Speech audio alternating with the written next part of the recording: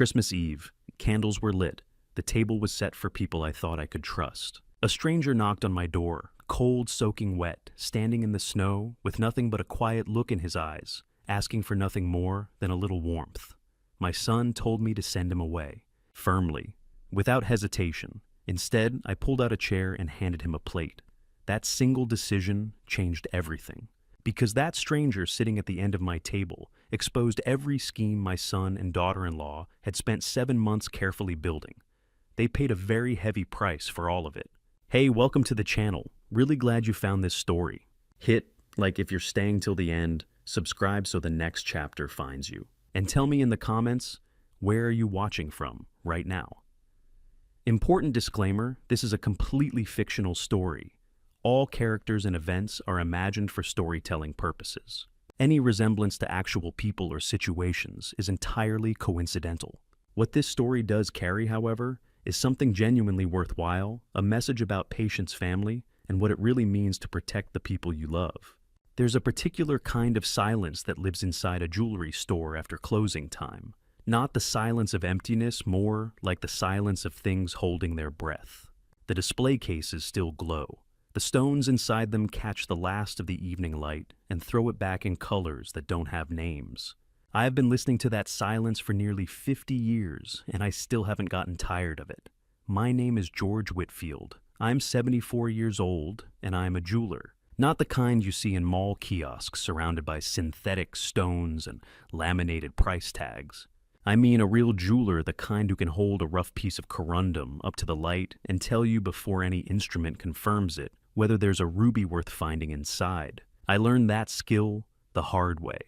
The way most things worth knowing are learned slowly with bad lighting and aching eyes, and a teacher who didn't believe in shortcuts. For 45 years, Whitfield Gems has sat on the corner of Northwest 13th and Glissane in Portland's Pearl District. We moved into this building before the Pearl District was the Pearl District, back when it was still warehouses and railroad tracks and men who didn't ask too many questions. The neighborhood grew up around us. The galleries came then, the restaurants, then the boutique hotels with their exposed brick and $100 cocktails. We stayed. The sign above the door has been repainted 3 times, but it's always said the same thing. These days, it's just me and Earl. Earl Hutchins has worked the front counter for 22 years. He's 68, moves a little slower than he used to, and still insists on wearing a bow tie every single day. When I asked him once why he bothered, he said, "Mister Whitfield, the customers don't come in here to see a man who stopped trying." I didn't have an answer for that. I still don't. The shop is smaller than it looks from the outside. 3 display cases arrange in a U-shape, a back room where I do my actual work. A small office that hasn't been properly organized since 2019, and a corner near the window where a wooden chair sits at a slight angle to the wall. That chair has been there for 30 years. For most of those years, it belonged to Margaret. My wife passed in the spring of 2022, pancreatic, swift and unkind the way those things tend to be. People asked me afterward how I was holding up, and I always said, fine, because what else do you say? The truth is harder to put into words. It wasn't grief exactly, or at least not the loud kind people expect. It was more like walking into a room where the overhead light has burned out. Everything is still there, you can still see, but the quality of the seeing is different, and you notice it every time. I kept the chair. These days the chair belongs to Noah. He's my grandson, 10 years old, Richard's boy. Every Tuesday and Thursday, he walks the 6 blocks from school to the shop, drops his backpack next to the chair with a thud that rattles the back case slightly, and spends the next 2 hours doing homework with the focused intensity of someone who takes math very personally. He doesn't talk much while he works. Neither do I. We've developed an arrangement over the past year that suits us both. He does his work, I do mine, and somewhere in the middle of it. Earl brings us each a small glass of apple juice without being asked. Noah has Margaret's eyes. I have never told him that. Some things you keep for yourself. I was thinking about this about Noah and the chair and the particular quality of a Tuesday afternoon in early June when the bell above the door rang and Richard walked in. My son is 42 years old. He has my height and his mother's coloring, and he works in commercial real estate on the east side of the river. which means he spends his days convincing people that spaces are worth more than they appear to be. He's good at it. He's always been good at making things seem like something other than what they are. He came in around 4:30, while Noah was still bent over a worksheet, and Earl was polishing the front case with the slow, practiced movements of a man who has polished the same case 10,000 times. Richard said hello to Earl, ruffled Noah's hair in the distracted way people do when they're already thinking about something else, and then drifted toward the display cases. I watched him from the doorway of the back room. There's a look I've learned to recognize over 50 years in this business. Customers who love jewelry look at the pieces. They lean in, they slow down their eyes, settle on individual stones. The way you settle into a good chair. But some people who come through that door aren't looking at the jewelry at all. They're running numbers. You can see it in the way their gaze moves, not piece to piece, but case to case, shelf to shelf. A kind of inventory. Richard moved through the cases with that look, the same look I'd seen on buyers at estate sales when they weren't really there for the art. He said something about just being in the neighborhood, said he hadn't seen the place in a while and wanted to check in. He asked how business was going, whether I'd thought any more about the retirement conversation we'd had back in March, whether Earl was still full-time. Normal questions said in a normal voice, with a smile that sat at a half-second too long on his face before fading. I answered the way I always answer, calmly, vaguely, without giving anything specific, a skill I also learned in this business. People show you their hand faster if they think you're not watching. After about 15 minutes, he said he had to get back across the bridge. He kissed the top of Noah's head this time, with more attention, shook Earl's hand, and walked out the door. The bell rang again. A delivery truck rumbled past on the street outside. Noah went back to his worksheet without looking up. I walked back to my workbench, sat down, and opened the small notebook I've kept in the top left drawer since the autumn of 2022, the one I started the week after Margaret's memorial, when I found I needed somewhere to put the things I couldn't say out loud. Over the years, it had become something else, a record, dates, observations, the small things that don't mean anything on their own, but start to form a shape when you write them down and look at them over time. I wrote the date, June 3rd, 2025. Then I wrote R came in, looked at the cases the wrong way, asked about retirement again. I closed the notebook and looked out the window. Portland was doing what Portland does in early June, delivering a gray drizzle that couldn't quite decide if it was rain or fog coating the street in a flat silver light. A woman walked past with a terrier on a leash. A cyclist cut around a double-parked delivery van. Ordinary Tuesday afternoon. Nothing that would tell you anything was wrong. 50 years of learning to see what others couldn't. I just never thought I'd have to use that skill on my own son. It started small, the way most things that matter always do. A cup of tea I didn't ask for handed to me, with a smile I didn't quite trust. Sandra had never been a particularly attentive daughter-in-law. Not cold exactly, just the kind of person who keeps a careful distance, who remembers birthdays with a card and nothing more. Who asks how you're doing without pausing long enough to hear the answer. For 17 years, we had maintained a perfectly cordial relationship built almost entirely on avoidance. She stayed in her lane. I stayed in mine.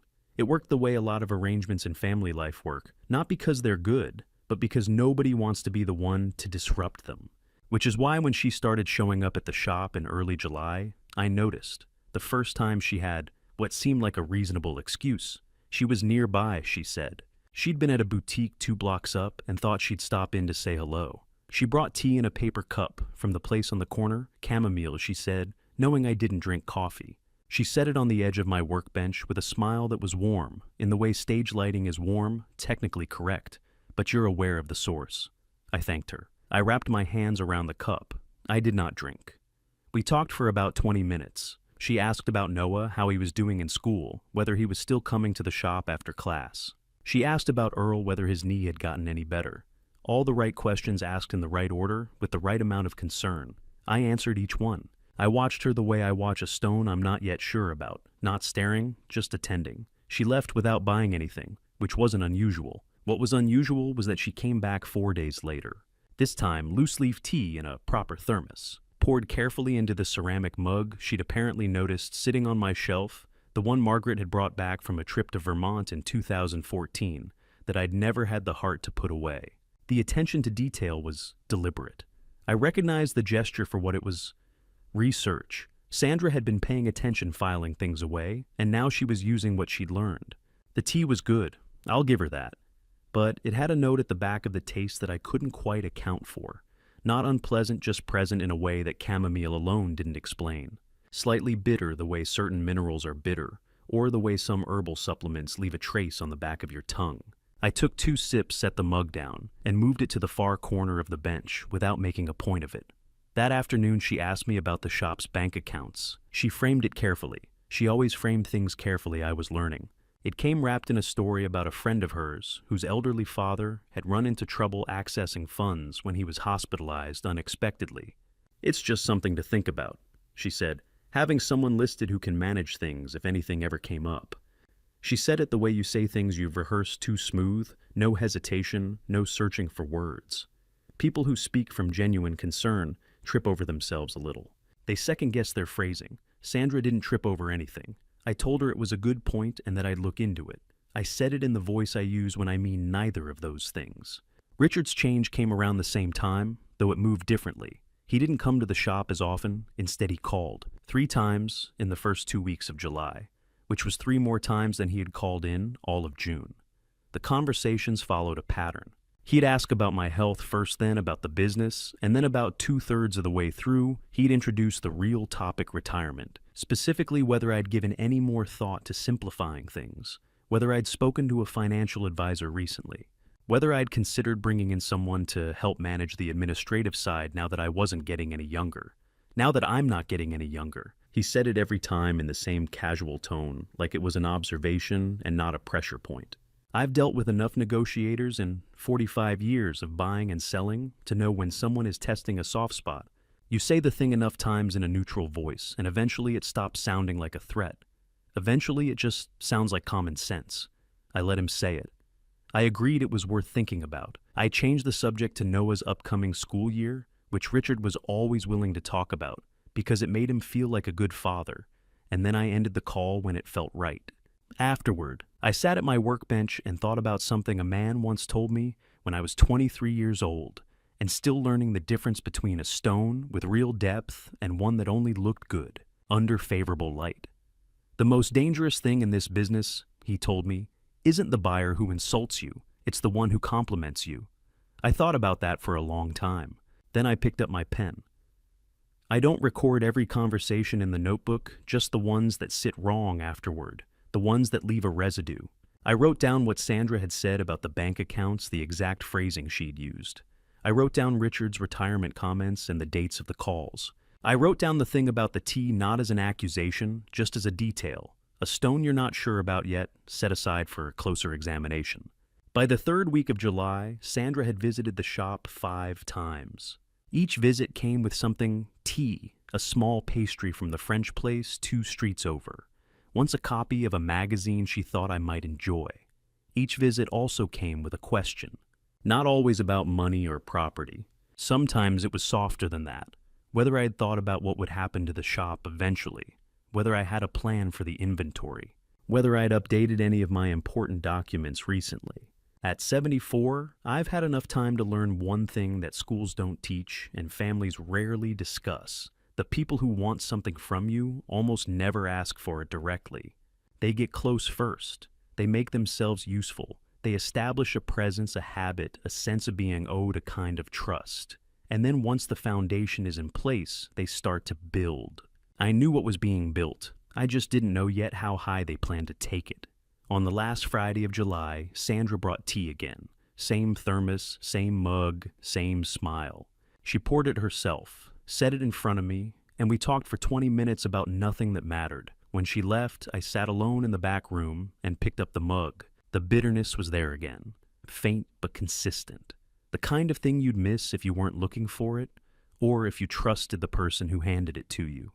I set the mug down, looked at the thin layer of residue that had settled at the bottom, a darker ring against the ceramic, barely visible in the afternoon light coming through the back window. For the first time in a long time, I felt cold. I found it on a Thursday. Not by accident I'd been looking, though I hadn't admitted that to myself until the moment my hand touched the bottle. Sandra had left her coat. She'd come in that morning, stayed about 30 minutes, brought soup this time instead of tea, asked me 3 carefully worded questions about whether I'd recently spoken to an estate attorney, and then left in a hurry, something about a meeting across town. Her coat stayed behind on the stool near the work table. I looked at it for the better part of an hour before I did anything about it.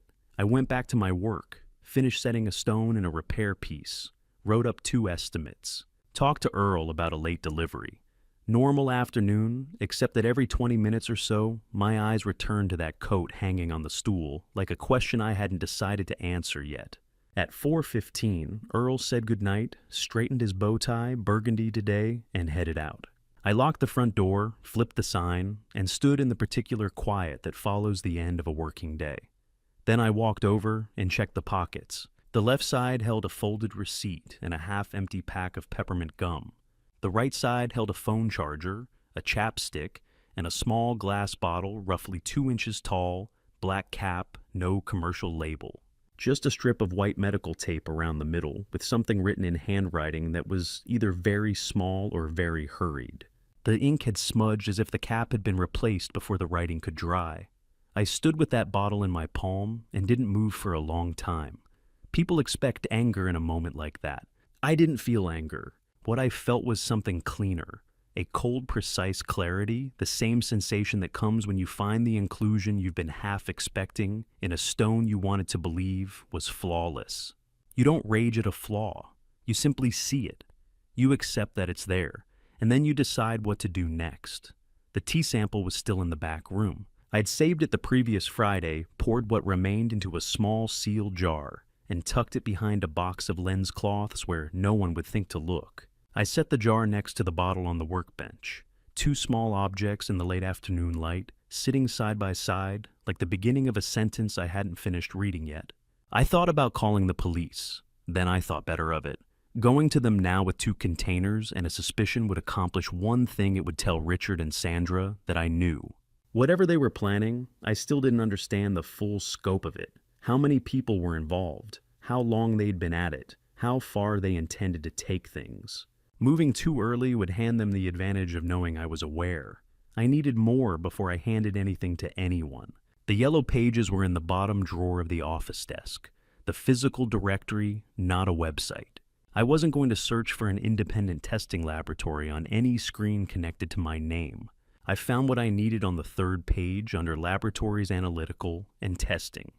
A small independent operation on Southeast Morrison that accepted private submissions with confidential results. No personal identification required.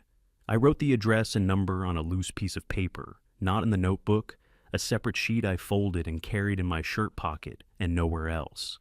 I called from the shop's landline at 4:53. The man who answered was brief and professional. Organic compound analysis, 8 to 10, business days $140, cash at drop-off intake number, only no name attached to the sample. I made an appointment for the following morning, confirmed the address, and said thank you. After I hung up, I wrapped both containers carefully in a cloth and placed them in my jacket's inside breast pocket. Locked the front door, locked the office. Drove home without the radio on. Not to the kitchen, not to the living room chair where I usually spent the first hour after work. I went upstairs to the small room at the end of the hall. Margaret's study, the one I had barely touched since the spring of 2022. Her reading chair still angled toward the window. Her lamp still on the side table beside it. Her photograph on the shelf, the one from the Oregon coast in 2018, the last trip we took before everything changed. I sat in the wooden chair from the hallway. Not her chair, never her chair, and I talked to her. Quietly at first, then in a voice just low enough that it wouldn't have carried past the doorway. I told her what I'd found. I told her what I believed it meant. I told her I wasn't going to move until I understood the complete picture, because a wrong step now would be worse than no step at all.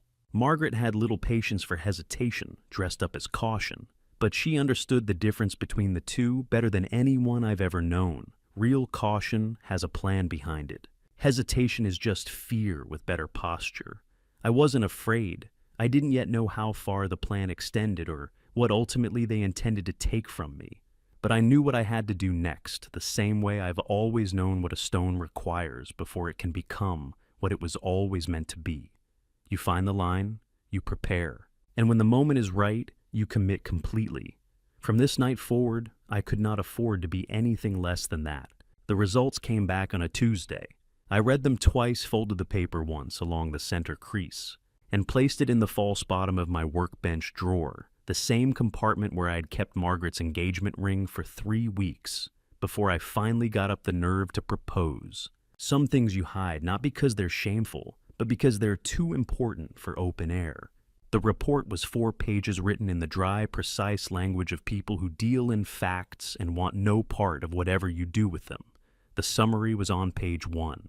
The compound identified in both samples belonged to a class of substances with well-documented effects on the central nervous system, specifically on the kind of short-term memory processing that, in older adults, tends to look indistinguishable from the early stages of cognitive decline. Used consistently over several months, the effects would be gradual enough to seem natural. Documented carefully by, say, a physician who had been told what to look for, they would be sufficient to build a clinical record that could support a legal argument about a man's capacity to manage his own affairs. I sat with that for a long time. Then I got up, went to the sink in the back room, washed my hands with the unhurried thoroughness of a man who has just finished a job, and went back to work. That afternoon, I started practicing. It began with small things, picking up the wrong tool from the bench, and then looking at it with a moment's confusion before setting it down. Asking Earl what day it was, even though I knew perfectly well what day it was. Pausing mid-sentence as if the next word had slipped out of reach. Nothing dramatic, nothing that would read as performance if you were watching for it. Just the texture of a mind that was slowly losing its grip on the edges of things. I had spent 50 years training my eyes to detect the nearly undetectable. It turned out the same precision worked in reverse. I practiced at home in the evenings in front of the bathroom mirror. I want to be matter-of-fact about this because that's how I approached it, as a technical problem, not a personal indignity. I needed to learn to do something convincingly that I had never done before. That required practice the same way setting an unusual cut requires practice, the same way any skill worth having requires repetition before it becomes reliable. What I hadn't anticipated was the cost. Richard came in on a Thursday in the second week of August. He was in good spirits, lighter than he'd been in months, actually, which told me something about what he thought was happening. We talked for a while about Noah's upcoming school year, about a repair job I was finishing up, about nothing in particular. At one point, naturally, the conversation drifted to Margaret. I pretended not to remember the name of the restaurant where we'd celebrated her last birthday. It was a place on Northwest 21st that she'd loved for years. The kind of detail that lives in your body, not just your mind the way certain things do, when you've carried them long enough. I let my eyes go slightly unfocused. I said something like, "The Italian place, you know, the one on the west side, she always ordered the same thing," and then trailed off with a small, effortful frown. Richard said the name of the restaurant. I said, right, of course. And I nodded like a man receiving information rather than a man who already knew. He moved on quickly. People always do when they get the confirmation they're looking for. What I had not expected was the thing that happened in my chest during those 4 seconds. Not grief exactly. I'd made a kind of peace with grief over the past 3 years. Something else. Something that felt like a small, precise betrayal of a private agreement I hadn't known I was keeping. Margaret's name in my mouth being used as a prop in a performance she would never have asked me to give. I stood at the workbench after Richard left and held very still for a moment. Then I picked up my tools and finished the repair piece I'd been working on. That was how I handled it every time. The feeling would come sharp and quick, and I would let it pass through without slowing down. You don't stop in the middle of cutting a stone because the work is harder than you expected. You adjust your grip and continue. Sandra's tea visits continued through August. Each time I went through the routine, accepting the mug, wrapping both hands around it, exchanging pleasantries, and then, when the conversation shifted, or Sandra looked away, tilting the mug toward the small potted plant that sat on the corner of the workbench. A jade plant I'd had for 11 years that had survived drought and neglect and 2 relocations without complaint. By the 3rd week of August, it was looking considerably less healthy. I didn't feel good about that. Noah noticed something different about me. He came in on a Tuesday afternoon, dropped his bag in the usual way, and settled into the chair with his homework. About 40 minutes in, without looking up from his worksheet, he said, "Grandpa, what are you practicing?" I looked over at him. "What do you mean, you keep doing the thing?" he said. "Where you stop and look like you forgot something. But then you don't actually forget. You go right back to what you were doing." 10 years old. Margaret's eyes, and it turned out something of her radar as well. I thought about it for a moment. Then I said, "I'm practicing remembering." He looked at me with the particular expression children get when they suspect an adult is telling the truth, in a way they were not entirely meant to understand. Then he went back to his worksheet. Practicing remembering. It was the most honest thing I had said to anyone in weeks. By the end of August, the performance had become something close to second nature. Richard and Sandra were seeing what they expected to see, a man whose edges were softening, whose grip on the details of his own life was quietly loosening. They were building their case on a foundation I was helping them construct, which meant I also knew every stone in it. Some evenings I sat at the workbench after closing and held my hands out in front of me, palms down. The way I'd done since my apprenticeship, a habit from the days when steadiness was a professional requirement, when a tremor in the wrong moment could ruin a week of work.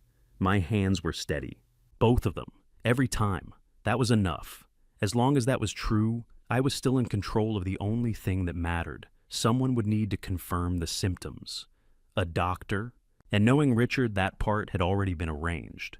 The results came back on a Tuesday. I read them twice, folded the paper once along the center crease, and placed it in the false bottom of my workbench drawer, the same compartment where I'd kept Margaret's engagement ring for 3 weeks, before I finally got up the nerve to propose. Some things you hide not because they're shameful, but because they're too important for open air. The report was 4 pages written in the dry, precise language of people who deal in facts and want no part of whatever you do with them. The summary was on page 1. The compound identified in both samples belonged to a class of substances with well-documented effects on the central nervous system, specifically on the kind of short-term memory processing that, in older adults, tends to look indistinguishable from the early stages of cognitive decline. Used consistently over several months, the effects would be gradual enough to seem natural. Documented carefully by, say, a physician who had been told what to look for, they would be sufficient to build a clinical record. A clinical record that could support a legal argument about a man's capacity to manage his own affairs. I sat with that for a long time. Then I got up, went to the sink in the back room, washed my hands with the unhurried thoroughness of a man who has just finished a job, and went back to work. That afternoon, I started practicing. It began with small things. Picking up the wrong tool from the bench, and then looking at it with a moment's confusion before setting it down. Asking Earl what day it was, even though I knew perfectly well what day it was. Pausing mid-sentence as if the next word had slipped out of reach. Nothing dramatic. Nothing that would read as performance if you were watching for it. Just the texture of a mind that was slowly losing its grip on the edges of things. I had spent 50 years training my eyes to detect the nearly undetectable. It turned out the same precision worked in reverse.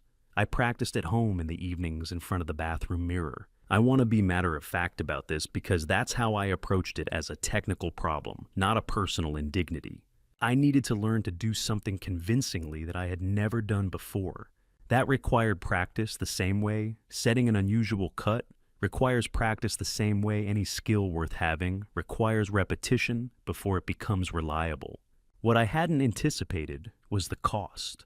Richard came in on a Thursday in the 2nd week of August. He was in good spirits, lighter than he'd been in months, actually, which told me something about what he thought was happening. We talked for a while about Noah's upcoming school year, about a repair job I was finishing up, about nothing in particular. At one point, naturally, the conversation drifted to Margaret. I pretended not to remember the name of the restaurant where we'd celebrated her last birthday. It was a place on Northwest 21st that she'd loved for years. the kind of detail that lives in your body, not just your mind the way certain things do when you carry them long enough. I let my eyes go slightly unfocused. I said something like, "The Italian place, you know, the one on the west side, she always ordered the same thing," and then trailed off with a small, effortful frown. Richard said the name of the restaurant. I said, right, of course. And I nodded, like a man receiving information rather than a man who already knew. He moved on quickly. People always do when they get the confirmation they're looking for. What I had not expected was the thing that happened in my chest during those 4 seconds. Not grief exactly. I'd made a kind of peace with grief over the past 3 years. Something else. Something that felt like a small, precise betrayal of a private agreement I hadn't known I was keeping. Margaret's name in my mouth being used as a prop in a performance she would never have asked me to give. I stood at the workbench after Richard left and held very still for a moment. Then I picked up my tools and finished the repair piece I'd been working on. That was how I handled it every time. The feeling would come sharp and quick, and I would let it pass through without slowing down. You don't stop in the middle of cutting a stone because the work is harder than you expected. You adjust your grip and continue. Sandra's tea visits continued through August.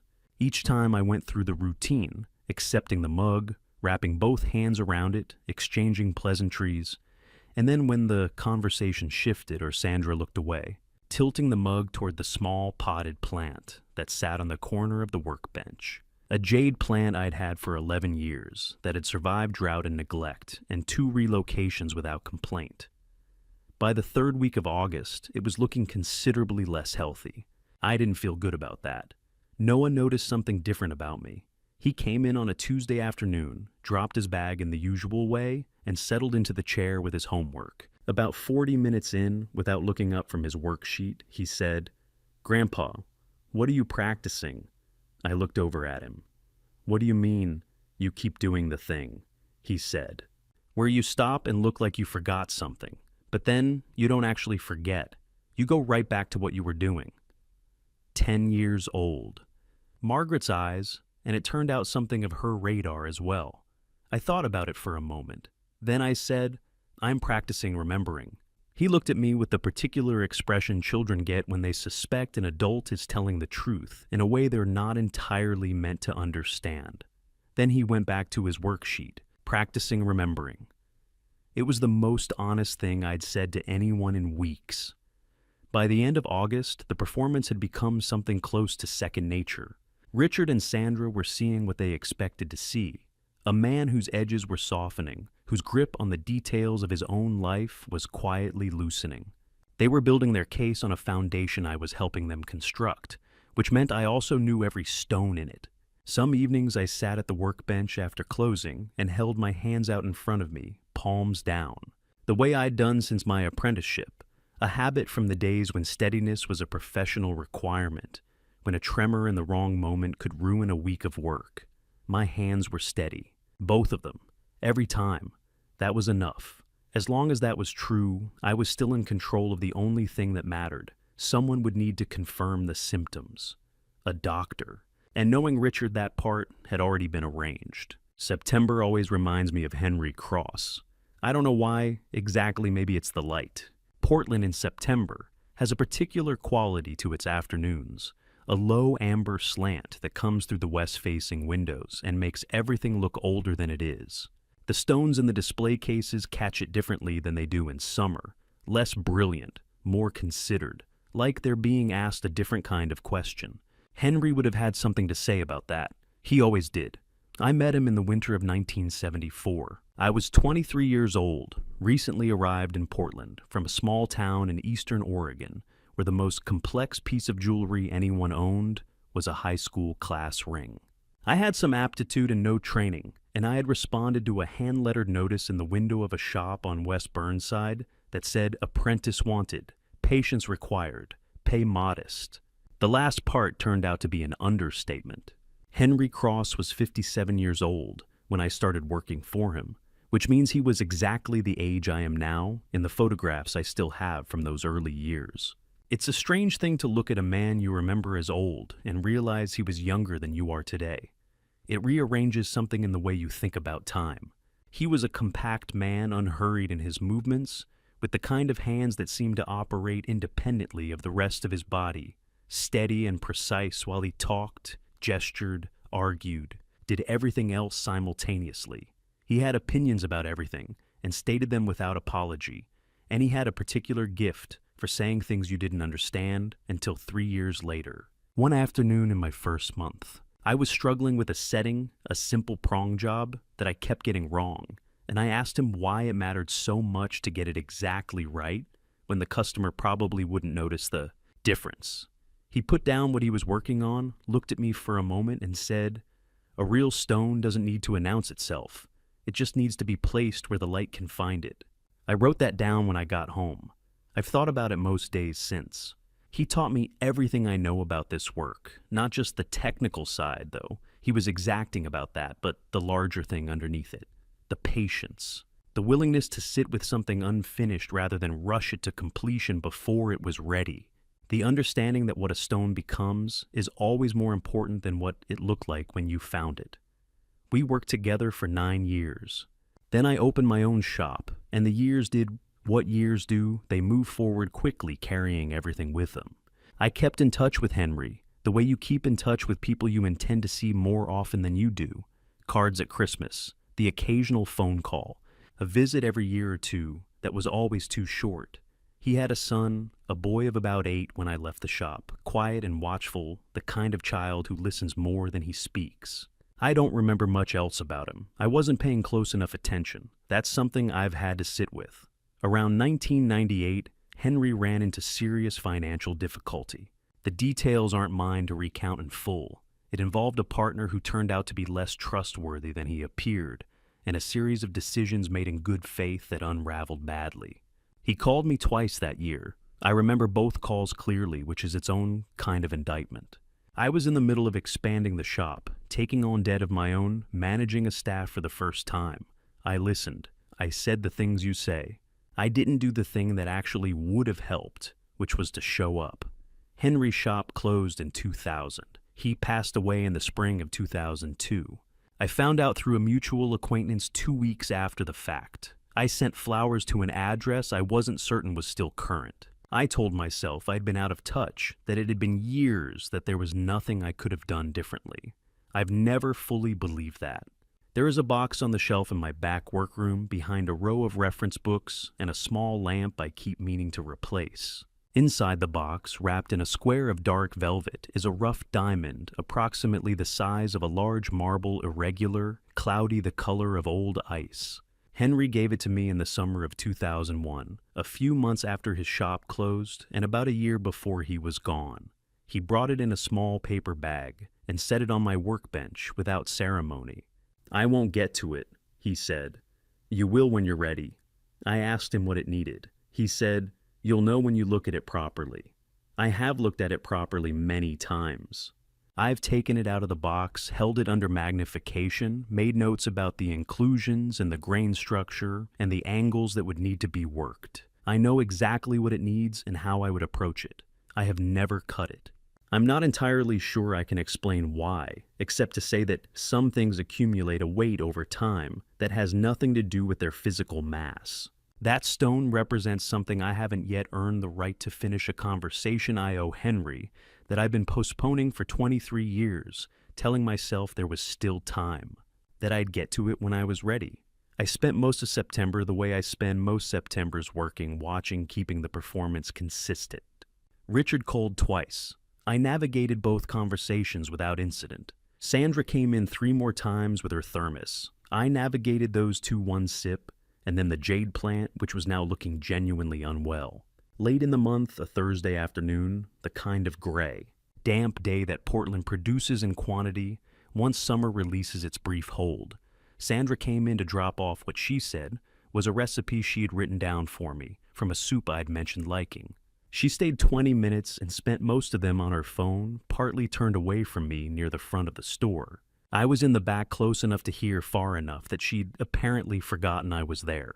She was talking to someone in a low voice, the kind people use when they want to sound normal and aren't quite managing it.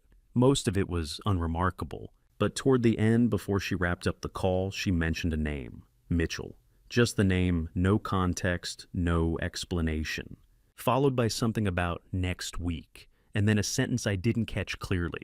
She lowered her voice for that last part, whether deliberately or by instinct I couldn't say. She came to the back a minute later, cheerful, handed me the recipe card, stayed another 5 minutes and left. After she was gone, I stood at the workbench and looked at the shelf where Henry Stone sat in its box behind the row of books. 23 years. I hadn't touched it once. I opened the notebook and wrote down the name, Mitchell, just that and the date and the fact that she hadn't known I was listening. Then I closed the notebook and looked at the box for a long time. I wasn't sure what I was still waiting for. October came in, and the pressure changed the way pressure always does when something is getting ready to give. Richard's visits to the shop became regular in a way they had never been before. Not dropping by, arriving with a purpose he took less trouble to conceal than he had in the summer. He started asking about valuation. Not directly, Richard was never direct. He approached the subject the way you approach a dog you're not sure about from the side, slowly without making eye contact. He would mention that a property down the street had recently sold, and wasn't it interesting what prices were doing in the Pearl District these days?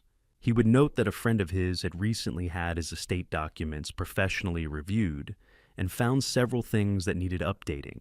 He would suggest in the mildest possible terms that it might be worth having someone come in and take stock just to simplify the paperwork, Dad, just to reduce the administrative burden while you focus on the work you love.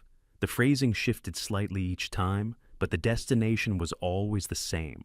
He was testing the approach that got the least resistance, the way a locksmith works through a combination. He doesn't yet know one number at a time, listening for the click. Each conversation ended the same way, with me agreeing it was worth thinking about, and Richard leaving, looking faintly satisfied, and me standing at my workbench afterward, writing down exactly what he'd said and when. The call came on a Wednesday in the second week of October. A woman named Patrice. She'd worked as a clerk at the Multnomah County Courthouse for nearly 30 years, and she and Margaret had served together on their church's fundraiser committee for most of a decade. She called the shop's landline at 2:30 and asked if I had a few minutes. She told me carefully, in the way of someone doing a favor they couldn't officially be doing, that a petition had been filed, a conservatorship petition, the kind that asks a court to appoint someone to manage the financial and personal affairs of an individual who may no longer be capable of managing them independently. She said she couldn't tell me more than that. She thought I should know. I thanked her. I told her Margaret always said she was one of the good ones. She said she was sorry and she meant it, and we said goodbye. I held the receiver for a moment after the line went quiet. Not from shock. I had been building toward this understanding for months. More from the particular weight that comes when something you suspected becomes something you know. Suspicion leaves room for doubt. Knowledge doesn't. So that was the full architecture of it, not just a conversation or a signature at a kitchen table, a court filing, official, documented. The kind of thing that, if it proceeded unchallenged, would hand legal authority over my finances, my property, my ability to make decisions about my own life, to Richard, with Mitchell Hale providing the legal scaffolding. The substance in Sandra's thermos wasn't incidental. It was the foundation for a physician's report that would say exactly what they needed it to say. I had been prepared for something. I had not been fully prepared for how thoroughly they had prepared. I added the call to the notebook. Then I went back to work. Mitchell Hale arrived on an evening in the third week of November. Richard brought him to the house, not the shop. Coming to the house was a statement. He was 44 medium height, wearing a charcoal suit that fit too well to be off the rack. Richard introduced him as a family advisor, not a lawyer, which he was, but a family advisor, which told me immediately how they intended to frame everything that followed. He shook my hand with both of his right hand, gripping left hand, covering the kind of handshake that lasts 2 seconds longer than it needs to. He said it was a pleasure to finally meet me. That word finally meant Richard had been talking about me for some time. I filed that away without comment. His voice was the most unsettling thing about him. Genuinely pleasant, warm, unhurried, with a kind of measured cadence you develop after years of talking people into things they hadn't planned on agreeing to. He said nothing objectionable that evening. He complimented the house, asked thoughtful questions about the shop's history, expressed what appeared to be genuine interest in the craft of jewelry making, and mentioned that his grandmother had owned a piece she'd always called the finest thing she possessed. I watched him the way I watch everything quietly, without appearing to. Noah was there that evening, a Tuesday, his usual night for dinner. He sat at the far end of the table and ate with the particular quietness he'd been carrying since September. He used to ask questions at dinner, rapid fire and unself-conscious, the way children are when they feel completely at ease. That fall, the questions had stopped. He watched instead the adults, the conversation, the small ways people positioned themselves and adjusted their voices depending on who was listening. At one point, Mitchell Hale directed a question at him about school. Noah answered in 2 sentences politely and returned his attention to his plate. When I glanced over a few minutes later, he was looking at Mitchell Hale with an expression I recognized from somewhere close. He was measuring. After they left, Noah helped me clear the table without being asked. We did the dishes in the easy silence we'd built over the past year. When I walked him out to Richard's car, he stopped on the front step and turned around. The porch light was behind me, and I couldn't read his face clearly, but I could see that he was working something out, some thought or question that hadn't yet found the right words. He stood there for 3 or 4 seconds. Then he pulled his jacket tighter and got in the car without saying it. Whatever it was, he'd decided to keep it. I watched the taillights until they turned the corner and the street was quiet again. Inside, I sat in the armchair in the front room. Margaret's chair, the one she'd always claimed was the most comfortable in the house. The one I'd spent 3 years avoiding without ever quite admitting why. I sat in it that night because I was tired of avoiding things. For the first time in longer than I could easily measure, I felt genuinely alone. Not the manageable solitude of the past 3 years. I had made a kind of arrangement with that. This was something raw. The particular loneliness of a man surrounded by people he cannot speak honestly to. Not one of them. Not even the boy who had his grandmother's eyes and was quietly learning to be afraid of something he couldn't yet name. I sat in that chair for a long time. By early December, everything was already in motion. The pieces had been set. Now they were just waiting for the right moment to close. Richard called it planning for the future. I called it watching someone measure the drapes before the funeral. December arrived the way it always does in Portland gray, and deliberate the rain shifting from the half-hearted drizzle of autumn to something with more conviction behind it. The city pulled inward. People walked faster. The shop windows along the street filled up with lights and arrangements that were meant to suggest warmth and mostly succeeded. I had put a small wreath on the door of Whitfield Gems every December for 43 years, and I put one up again this year, because some things you keep doing, not out of sentiment but out of the belief that normalcy maintained carefully enough is its own form of armor. Richard called on the 3rd of December. He opened the way he always opened, asking about Noah, about Earl, about whether the holiday season was bringing in any interesting repair work. 5 minutes of preamble carefully calibrated to feel like conversation. Then he introduced the real subject he had been thinking he said about how much I was managing on my own these days. The shop, the house, the finances. It was a lot for anyone, he said, let alone someone at my stage of life. He wasn't suggesting anything dramatic, just a temporary arrangement, a limited power of attorney that would allow him to assist with certain administrative matters during the holiday period, when things could get complicated and stressful, and I deserved to be able to enjoy the season without worrying about paperwork. He said the word temporary 4 times in that conversation. I counted. I told him it was a thoughtful idea and that I would give it serious consideration. I used the word serious deliberately because it made people feel heard without committing to anything. Richard said he was glad and that Mitchell had actually drafted something straightforward that we could go over together and that there was no rush. But if I wanted to have everything in order before Christmas, it might be worth sitting down sometime in the next week or 2. No rush. Before Christmas. I wrote down both phrases after we hung up. Mitchell Hale called twice in the first week of December. The first call came on a Tuesday morning. He said he was just following up on the conversation Richard and I had had, and wanted to make sure I hadn't had any questions about the document he'd prepared.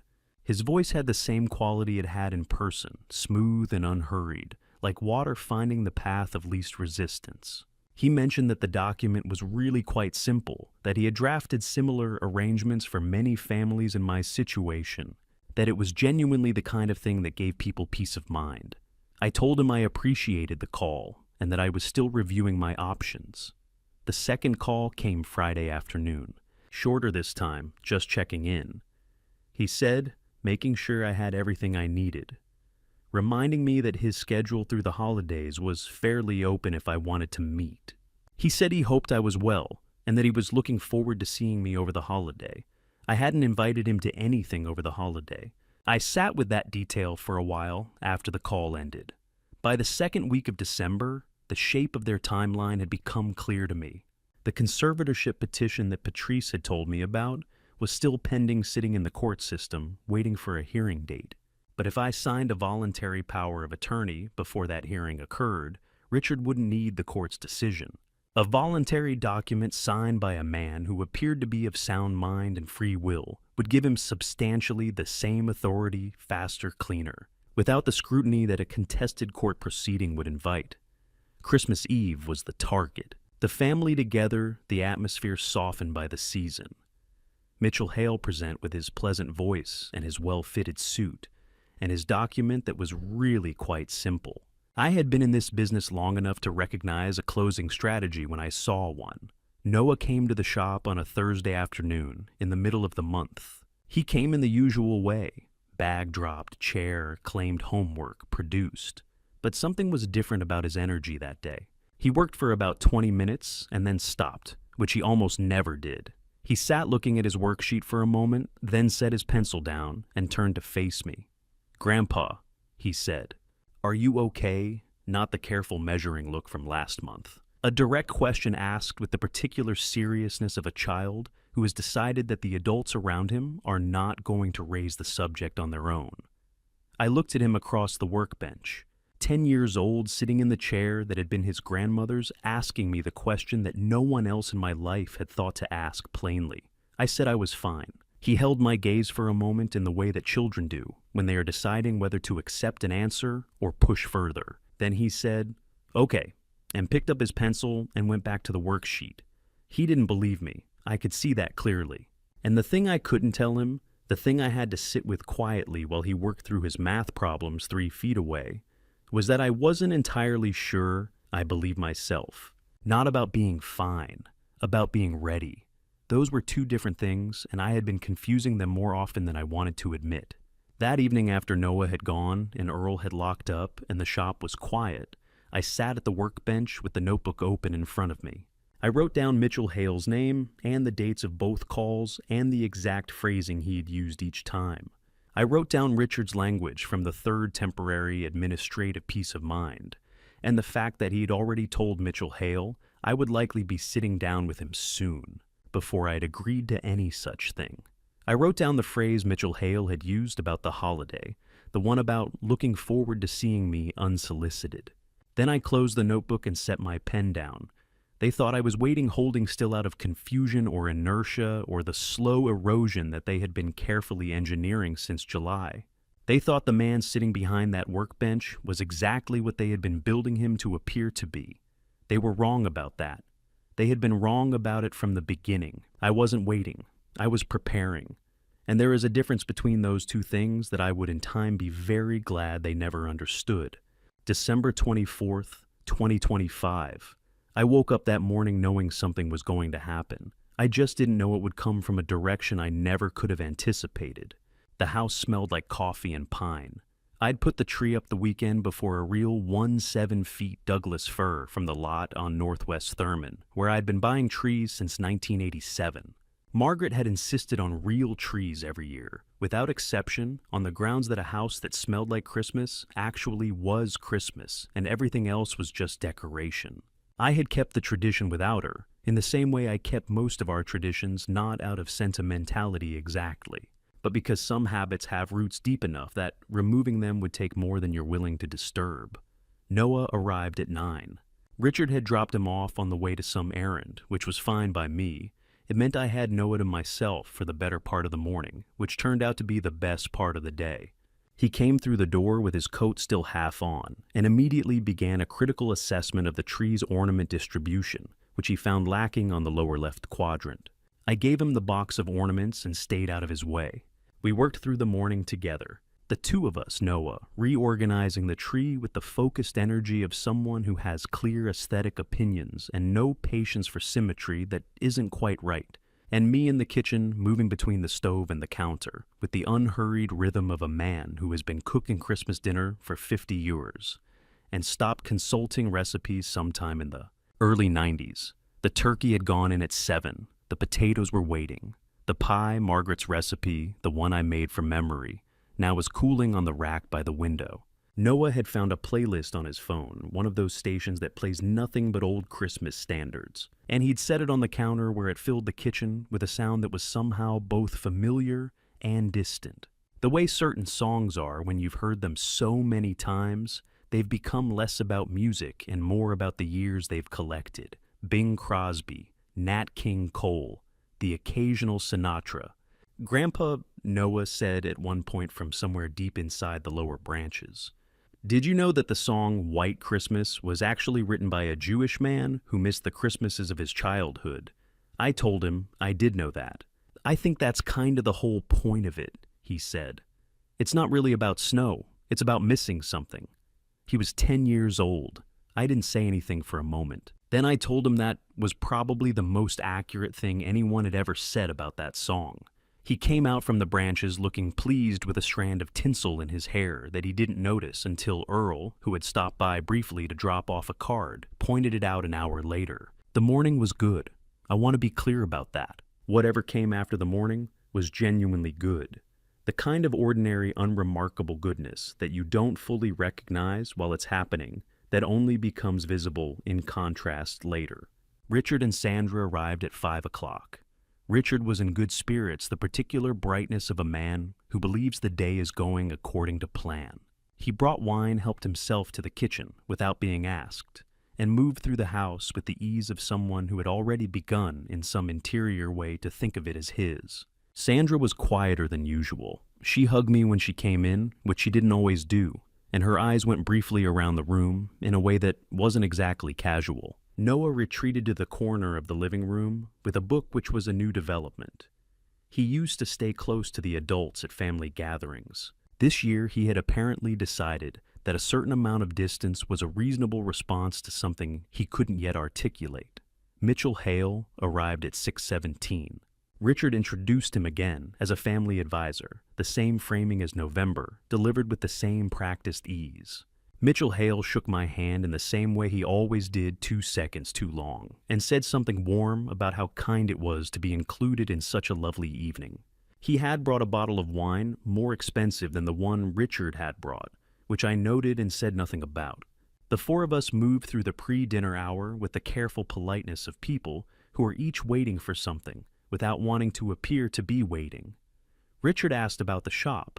Mitchell Hale asked thoughtful questions about the neighborhood, the history of the house. Sandra set the table moving between kitchen and dining room, with a quiet efficiency that would have seemed helpful if I hadn't been paying attention to what she was doing with her eyes. I was paying attention. It was during one of Sandra's passes through the kitchen. She was getting the serving dishes from the cabinet above the refrigerator that I walked to the counter to check on something at the stove and past the kitchen table. The folder was sitting on the far end, half covered by Richard's coat.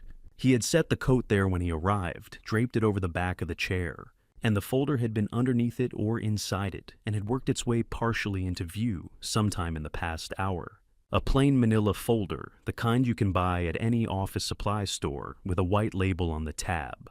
Whitfield Estate Transfer of Assets, December 24th. I read it in the time it takes to take a step. I did not stop walking. I did not change my expression or my pace. I checked the burner I had come to check, adjusted it slightly, and went back to the living room. I had been performing small, unremarkable behaviors for 5 months.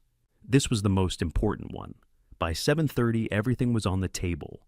The turkey, the potatoes, the green beans with the almonds, the way Margaret had always made them. The wine was poured. The candles were lit. Noah had insisted on candles, had found the old brass holders in the sideboard drawer, and polished them himself that afternoon without being asked. Richard sat at one end of the table. Mitchell Hale sat to his left, Sandra across from him. Noah next to me, close enough that his arm was almost touching mine. The clock on the wall read 7:42 p.m. I looked around the table, everything in its place, everyone where they had arranged to be. The room warm, the candles steady, the food going cold, in the way food does when people are waiting for something before they begin. I picked up my fork and knife. The doorbell rang. Nobody moved for a half second. Then I set down my fork, pushed back my chair, and went to answer it. I don't know what I expected to see when I opened the door, but it wasn't him. The cold came in first, a wall of it, the sharp, wet cold of a Portland December that had turned serious sometime in the past hour. Beyond the porch light's reach, the street was dark and moving, the kind of heavy rainfall that looks almost like snow when it catches the light at a certain angle. And standing on the front step just inside the edge of the porch overhang was a man. He was around 45. It was hard to be more precise than that cold and exhaustion do their own kind of work on a face, and his had clearly seen both recently and at length. His coat was a dark canvas field jacket, the kind that had been adequate for the weather it was designed for, but was not adequate for tonight. It was soaked through at the shoulders and cuffs. His hair was going gray at the temples, cut short in a way that had grown out past its intention. He hadn't shaved in several days, but his eyes. That was the thing I noticed first, before the coat, before the hair, before any of the rest of it. His eyes were tired, genuinely tired, the tiredness of someone who has not slept properly in longer than one night. But they were also completely unsettlingly alert. There was nothing unfocused about them. They took me in with a kind of quiet precision that I recognized, though I couldn't immediately have said from where. He said he was sorry to disturb me. He said he'd been walking for a while, and the storm had gotten worse faster than he'd expected, and he wondered if he might wait somewhere dry until it eased up, and if there was any chance of something to eat. He said it simply, without performance, without the particular cadence of practiced asking. He was stating facts and making a request, and he was prepared to accept whatever the answer was. I looked at him for a moment. Then I opened the door wider and told him to come in. Richard was on his feet before I'd turned back to the table. He said my name in the tone people use when they want to stop something without saying what the thing is. I told him to sit down and get an extra chair from the hallway closet. He said quietly, the way he said things he meant seriously, that we didn't know this person and that it might not be the best idea. I said I was aware we didn't know him. That was generally true of strangers. I went to the kitchen to get another plate. Sandra said something about safety, about not knowing who was out there on a night like this. Her voice reasonable and concerned, in a way that would have seemed genuine if I hadn't spent the past 6 months cataloging the things that seemed genuine about Sandra and weren't. I didn't respond to that either. Mitchell Hale said nothing. He had turned in his chair to watch the man come in from the cold, and he stayed turned, watching with an expression that was careful in a way his expressions hadn't been before. He was evaluating something. I wasn't sure yet what. Earl had once told me years ago that you learn more about a person in the first 30 seconds after something unexpected happens than you do in a year of normal conversation. What I learned in those 30 seconds was Richard's first instinct was control.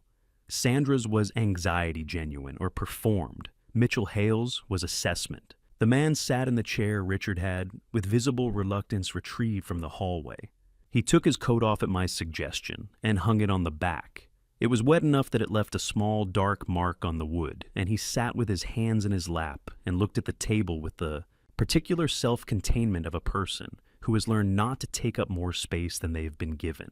I served him from the dishes that were still out: turkey, potatoes, green beans.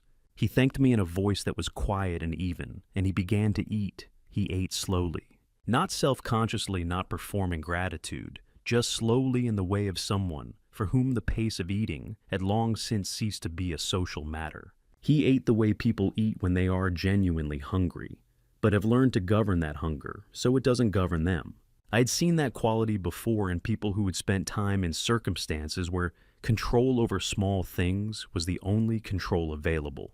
Noah was watching him from across the table with the open attention that children deploy before they learn it's considered impolite. The rest of the table had rearranged itself into a careful simulation of a normal dinner. Richard asking Mitchell Hale something about a development project, Sandra refilling her wine glass. The conversation continuing over and around the stranger at the end of the table, the way water moves around an obstacle. I watched the man instead.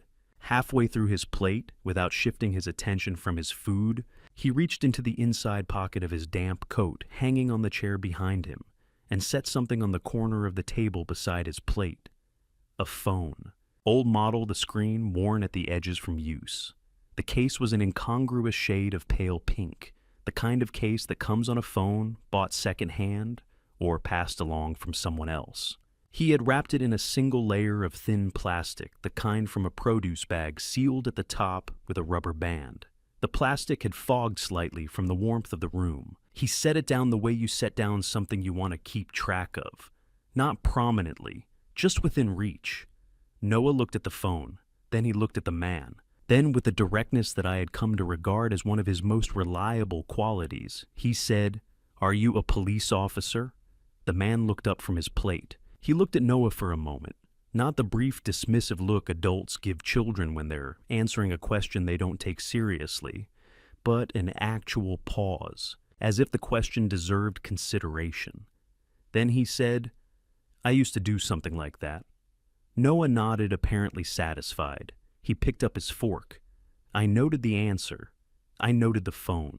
I noted the way the man had looked at Noah with attention, with something that might have been recognition of a quality he respected. I filed all of it away without comment because that was what this particular moment required. And then I became aware in the peripheral way you become aware of things you've trained yourself to watch, that Mitchell Hale had gone very still. He was looking at the phone on the corner of the table. Then his gaze moved to the man sitting beside it. It was a careful look, controlled nothing that would read as alarm to anyone watching casually. But I had been watching Mitchell Hale for 2 months, and I knew what his comfortable expression looked like. This was not it. Recognition flickered subtle but unmistakable. Like he had seen that face before somewhere, he hadn't expected to see it again. For the first time all evening, Mitchell Hale did not look comfortable at all. Mitchell Hale made his first mistake exactly 11 minutes after the stranger sat down. I know it was 11 minutes because I was watching the clock on the wall above the sideboard, not conspicuously the way you watch something. You want people to know you're watching, but in the peripheral, habitual way of a man who has spent 50 years doing precise work in measured time. The dinner had resumed after a fashion. Plates were passed. Wine was poured. Richard had steered the conversation back to something about property values in the West Hills, and Mitchell Hale had followed along with the attentive pleasantness that was apparently his default setting in all situations. The stranger ate quietly and said nothing. 11 minutes in, Mitchell Hale set his fork down, reached into the leather portfolio he'd placed against the leg of his chair when he arrived, and produced a folder. Not the manila folder I'd seen on the kitchen table. This one was newer, the kind of presentation folder you buy when you want something to look considered rather than casual. He set it on the table beside his plate and looked at me with the expression he'd been calibrating all evening. He said he hoped I didn't mind. He knew the timing wasn't ideal, but since we were all here together, it might be a natural moment to take a few minutes and look over something he and Richard had been putting together. Just a simple document, he said. A temporary arrangement that would allow Richard to assist with certain administrative matters over the coming months. Nothing that couldn't be revisited. He slid the folder a few inches in my direction. The voice at the other end of the table said, very pleasantly, "What kind of attorney brings paperwork to Christmas dinner?" The table went quiet in the way tables go quiet when something lands that everyone heard, but no one was prepared for. Mitchell Hale looked at the stranger with an expression that was trying to remain hospitable and not quite managing it. He said something about the holidays being a natural time for family planning conversations. The stranger nodded slowly as if considering this. Then he said, "Is that a temporary power of attorney or something filed through the court?" Mitchell Hale's jaw moved before his answer did. "It's a straightforward private arrangement." "Because those are two different instruments," the stranger said, in the same unhurried tone he'd used to ask Noah to pass the salt 20 minutes earlier.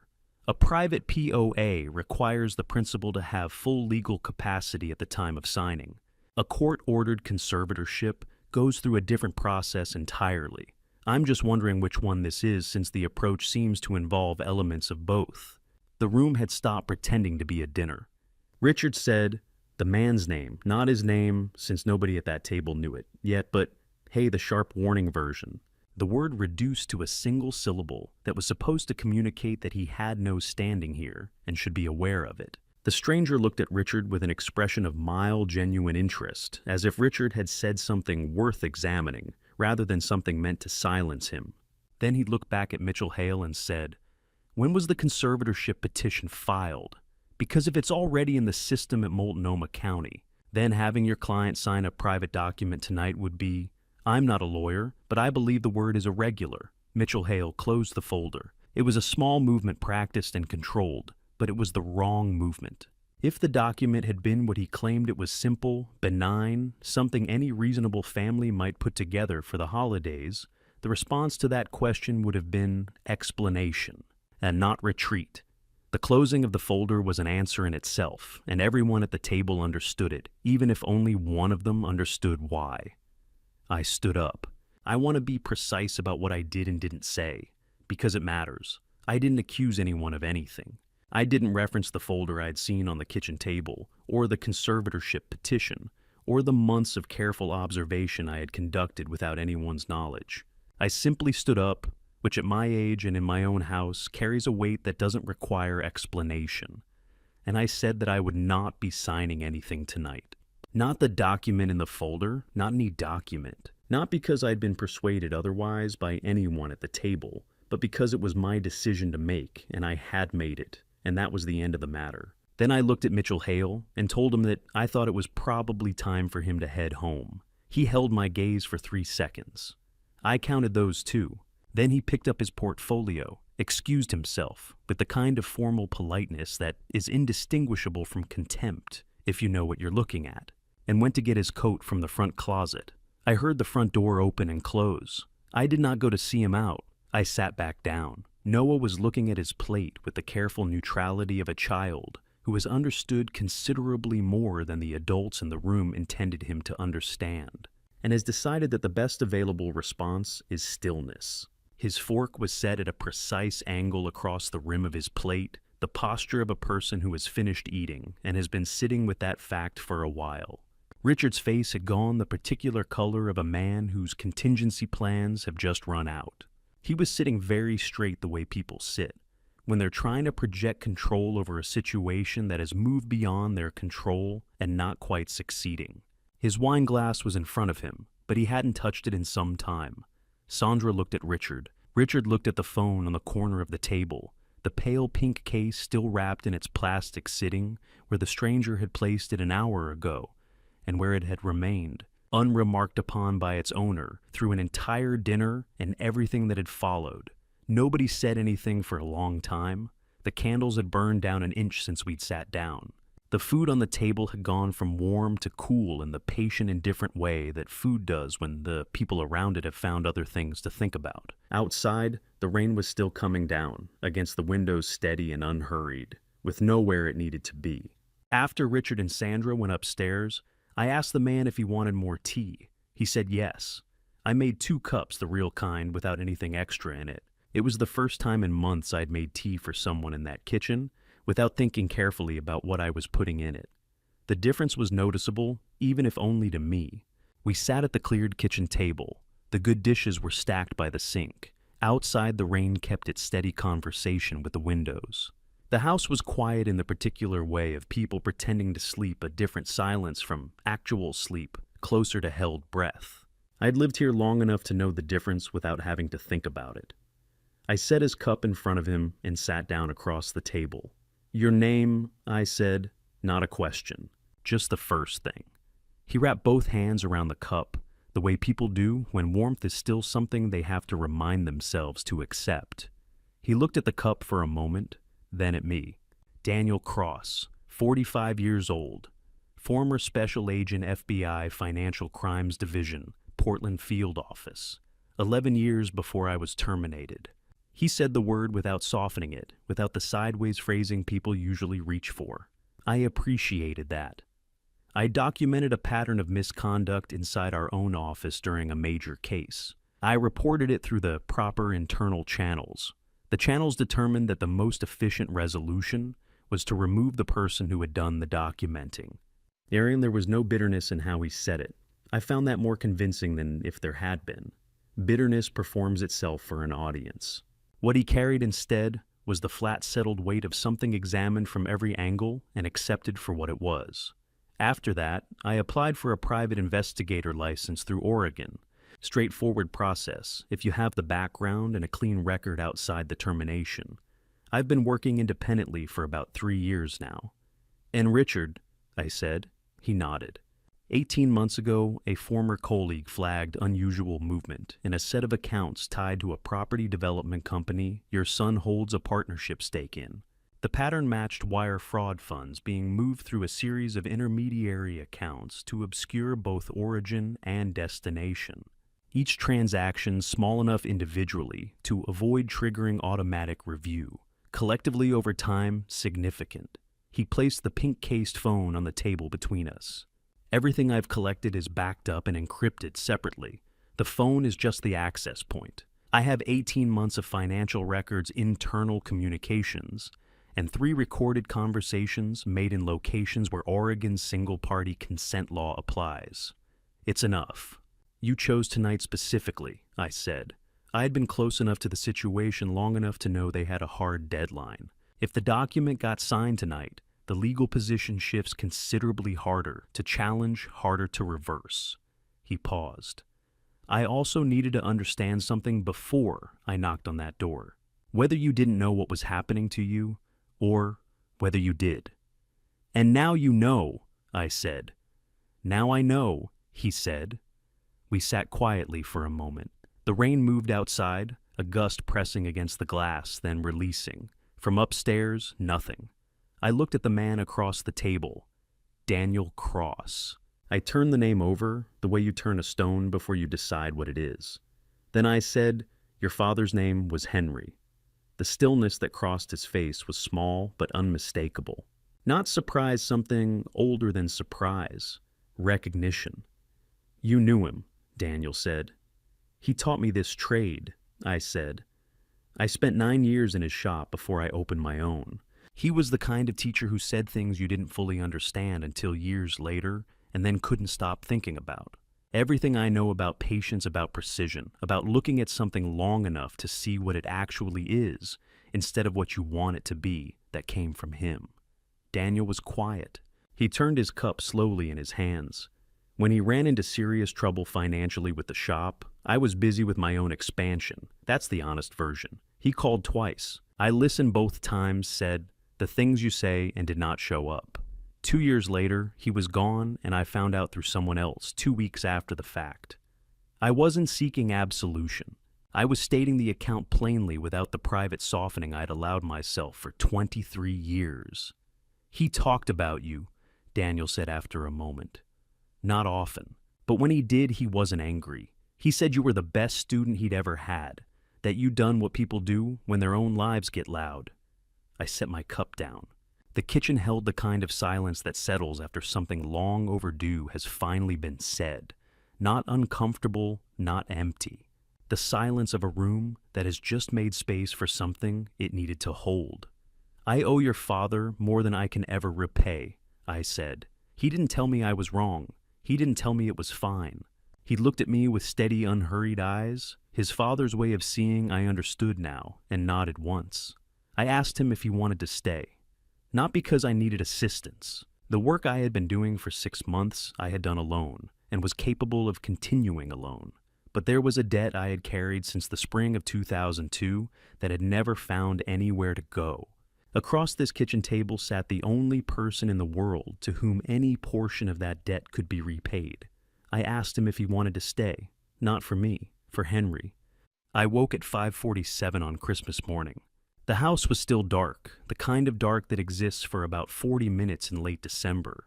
Before the gray begins, not light exactly, just a gradual softening of the black. I lay still for a moment, listening. No sound from upstairs. No sound from the living room, which meant Daniel was either still asleep on the sofa or awake and being quiet about it. And either way, it didn't require anything from me yet. I got up, went downstairs, and started the coffee. There is something clarifying about being the first person awake in a house full of people who don't know you're watching them. The rooms look different before anyone has moved through them. More honest somehow. The living room in that early gray light was a study in what the previous night had left behind. The dinner table cleared, but the chairs not quite pushed back in. The front closet door still slightly ajar where Mitchell Hale had retrieved his coat, the small dark mark on the dining chair where a wet jacket had rested for 2 hours. Daniel was awake. He was sitting up on the sofa with the blanket across his lap and the phone in his hand, the screen casting a faint light on his face. He looked up when I came in with the 2 cups. We didn't say anything for a few minutes. Just the coffee in the early morning and the sound of the house beginning to stir a floorboard upstairs, the old heating system ticking to life, the particular sounds of a structure that has been occupied long enough to have a routine of its own. Then Daniel said, "I went through the property records last night, after you went to bed." I looked at him.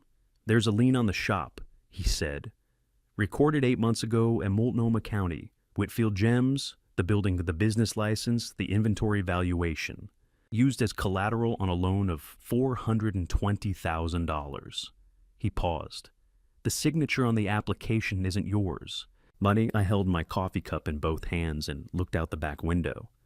The yard was covered in a thin layer of overnight snow, not deep the kind Portland gets that looks definitive from inside, but starts disappearing by 10 in the morning.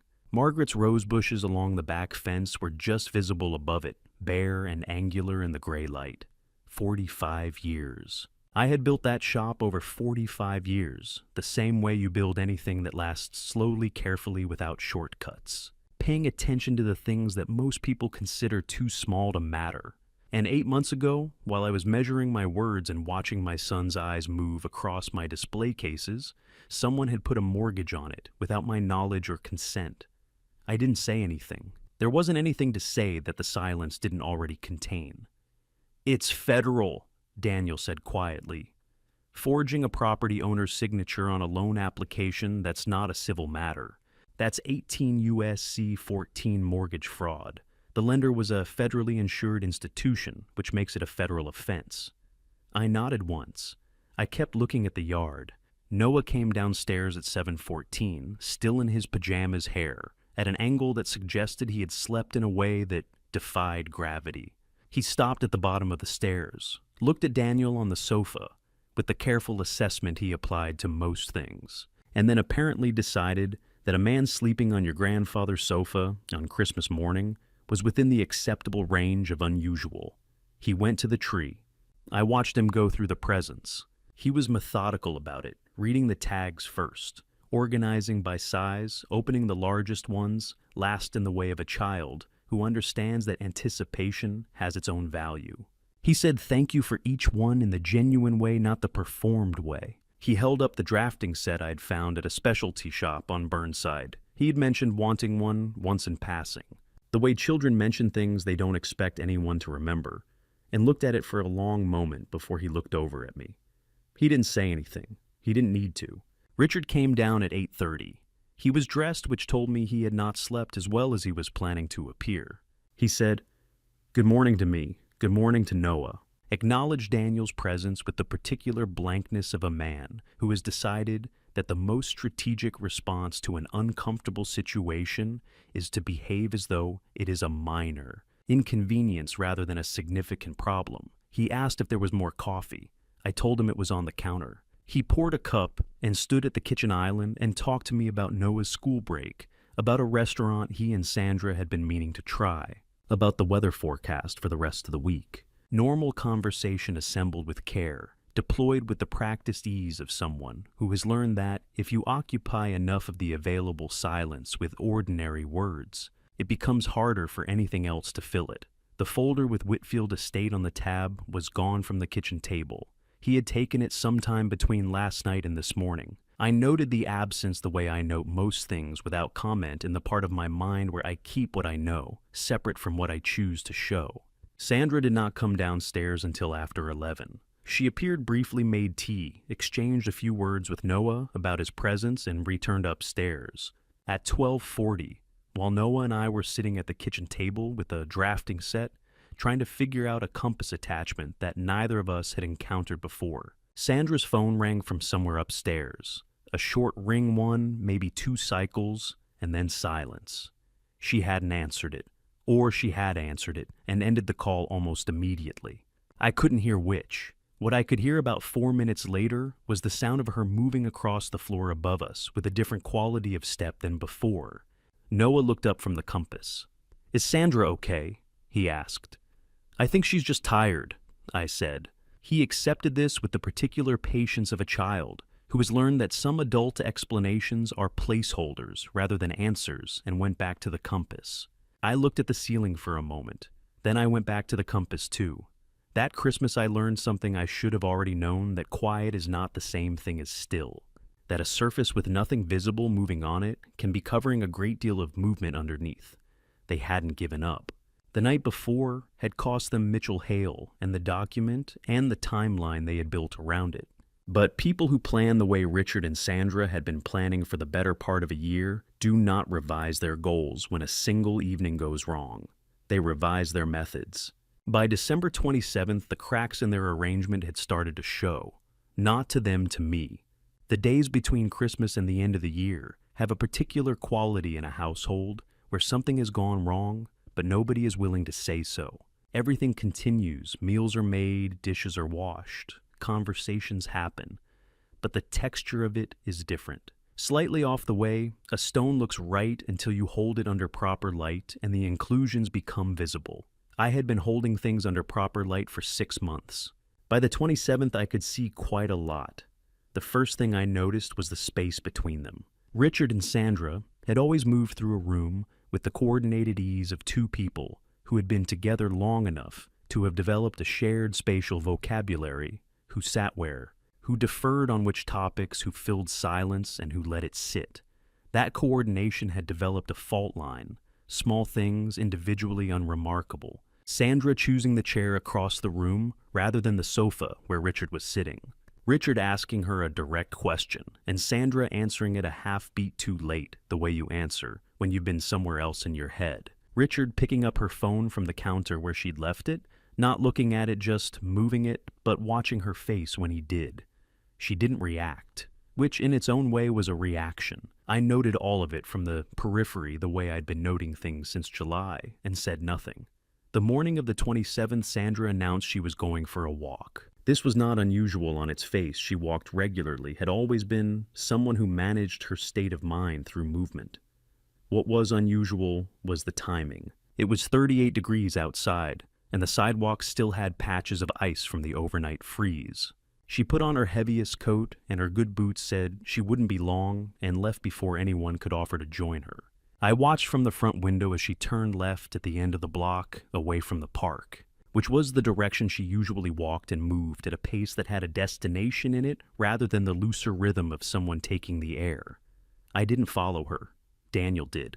He had been in the kitchen when she left, and he was out the back door and around the side of the house within 30 seconds. With the unhurried efficiency of someone who has done this kind of thing enough times that it no longer requires thought. I stayed at the window and watched the street and waited. He was back in 22 minutes. He came in through the back, poured himself the last of the morning coffee, and sat down at the kitchen table across from me. He set his phone face up between us, opened to a photograph of a payphone on the corner of Northwest 19th and Glissane, a battered metal unit outside a small grocery that had been there as long as I could remember. The kind of fixture that most people walked past without registering. Sandra had used it for 7 minutes. Daniel had photographed the number on the unit itself, a small placard near the coin slot, faded but legible. He'd also photographed Sandra from across the street from a distance that kept her recognizable, but wouldn't constitute anything problematic. She'd stood with her back partly to the street, one hand braced against the top of the unit, speaking in the focused way of someone who is being careful about what they say and how. She didn't use her own phone, Daniel said, which means she didn't want the number in her call history. And she didn't use the house landline, which means she didn't want it traceable to this address. Who received the call? I said. Working on it, he said. The payphone number gives me a starting point. It's a public record, anyone can look up what number it dials out from.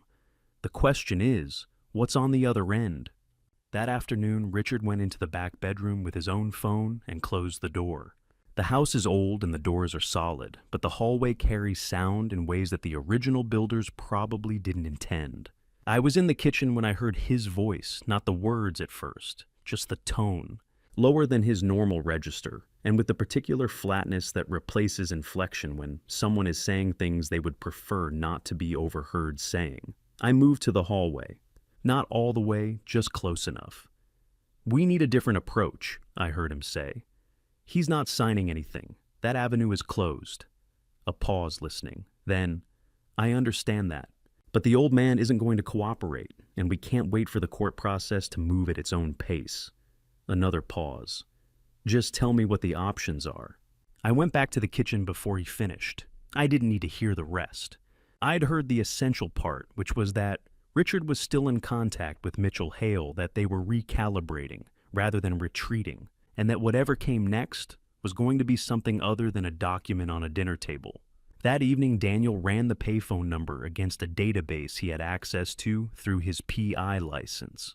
The result came back around 9 o'clock. He set the printout on the coffee table between us without comment and let me read it. The number was associated with a prepaid account, the kind you load with cash and discard, which meant the trail ended there.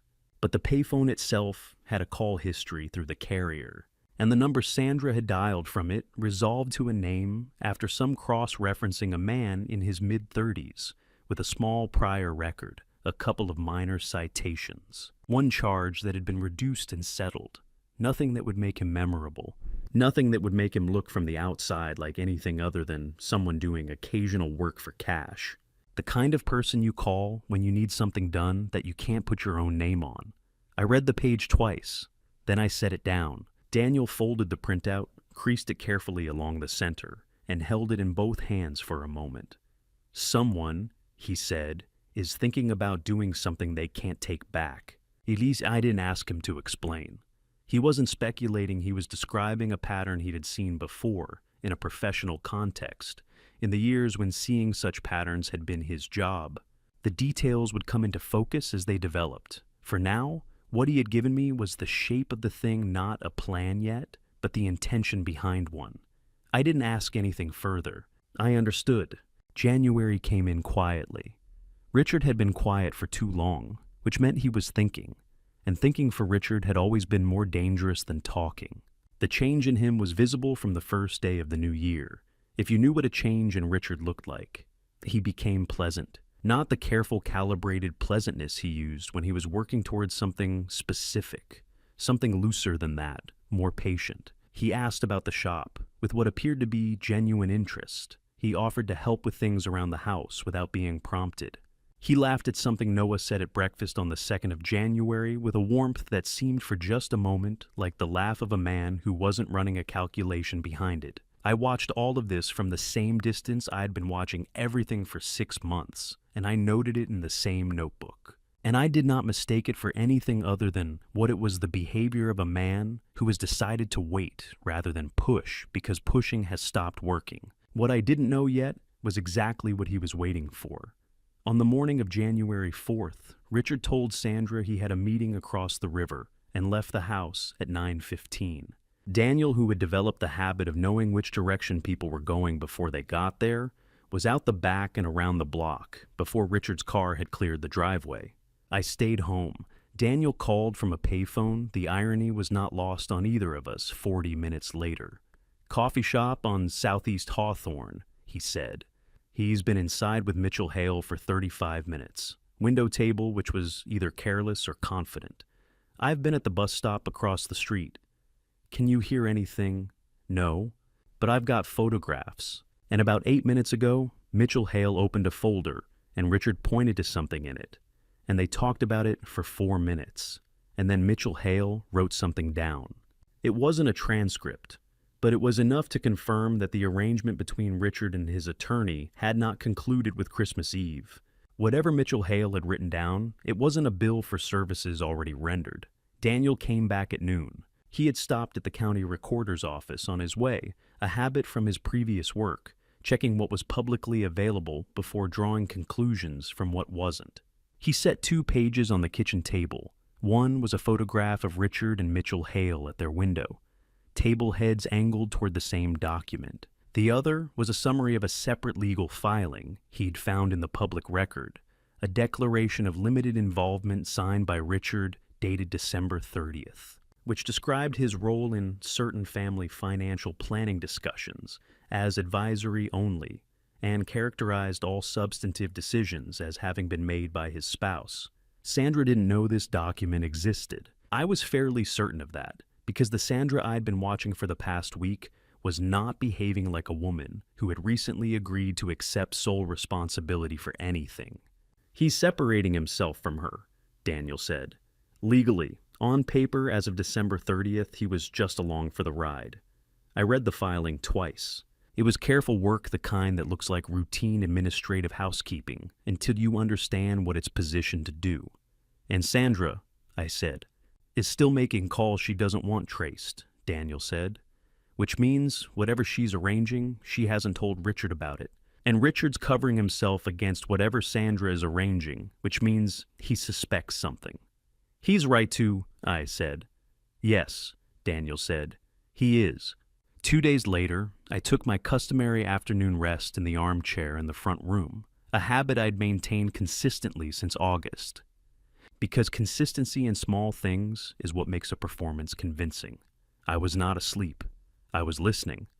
Richard came downstairs at 2:40. He moved through the house with the particular deliberateness of someone who believes they are alone, checking rooms in a way that looked casual and wasn't. He came to the doorway of the front room, saw me in the chair with my eyes closed, and stood there for a moment. Then he went down the hallway toward the living room. I heard him move something small on the shelf beside the bookcase, the one that held a collection of framed photographs and a few pieces Margaret had picked up at a market in Santa Fe in 2009. Then he went back upstairs. Daniel found it 20 minutes later, after I'd gotten up, and mentioned in the same tone I'd used to mention that the mail had arrived that Richard had been in the living room. Daniel ran his hand along the underside of the shelf and came up with a small rectangular device approximately the size of a book of matches, a compact voice-activated recorder, the consumer-grade kind available at any electronics retailer. He set it on the kitchen table and looked at it without touching it again. "Oregon," he said. "Two-party consent," I said. He nodded. "Oregon Revised Statutes, 165.540. Recording a private conversation without the consent of all parties is a criminal offense in this state." Richard had placed a recording device in my home in a room where private conversations regularly occurred without the knowledge or consent of anyone who used that room. The device he had placed to gather evidence against Sandra was itself evidence against Richard. I went to the kitchen and came back with a similar-looking object, a small, portable timer I'd had in the utility drawer for years, roughly the same dimensions, and handed it to Daniel. He placed it in the same position on the underside of the shelf, same angle, same orientation. Then he handed me the original. I took it to the bedroom and put it in the metal lockbox in the closet next to the lab results from August, and the notebook and the copy of the filing Daniel had pulled from the county recorder. In the notebook that evening, I wrote one line: "January 6th R and S are no longer working together. They are working against each other." I closed the notebook. The recording device sat in the lockbox in the dark. It would become evidence eventually, as everything eventually does. Just not the kind Richard had intended to create when he pressed it into place beneath the shelf that afternoon, believing he was alone in a house that belonged to him. He had never understood, not once in 42 years, the difference between a house you live in and a house you own. It happened on a Thursday morning, 3 blocks from the shop at 8:14 a.m. I know the time because I had checked my watch at the corner of Northwest 13th, and Hoyt a habit from decades of opening the shop at precisely the same hour, and noted that I was running 4 minutes ahead of my usual schedule. The morning was cold and clear, the kind of January day Portland produces occasionally between its longer stretches of gray, where the air has a sharpness to it that makes everything look slightly more defined than it actually is. I was thinking about a repair piece I'd left unfinished the evening before. I was not thinking about the alley. The alley runs between the buildings on the north side of Hoyt, a narrow service passage that the neighborhood's boutiques and restaurants use for deliveries. I had walked past it approximately 240 times a year for the better part of 4 decades. It had never required my attention before.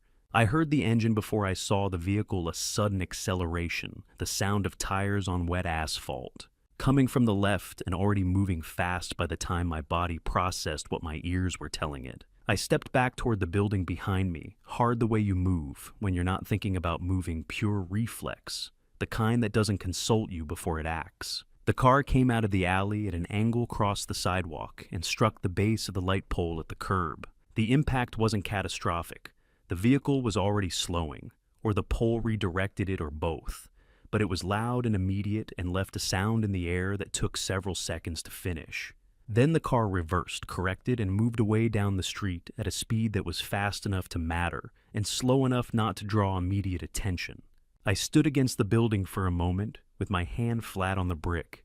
Then I straightened my coat, picked up the notebook I'd dropped, without noticing I'd dropped it, and stood still while my heart did what hearts do after something like that, and gradually returned to a pace I recognized as my own.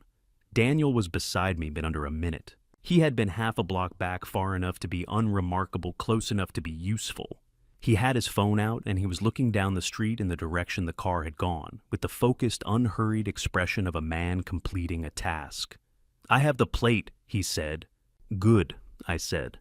We stood there for another moment. A woman with a stroller had stopped on the opposite sidewalk and was looking at the damaged light pole with the concerned attention of a bystander who isn't sure whether to do something. I raised a hand to indicate that I was fine, which seemed to satisfy her. She moved on.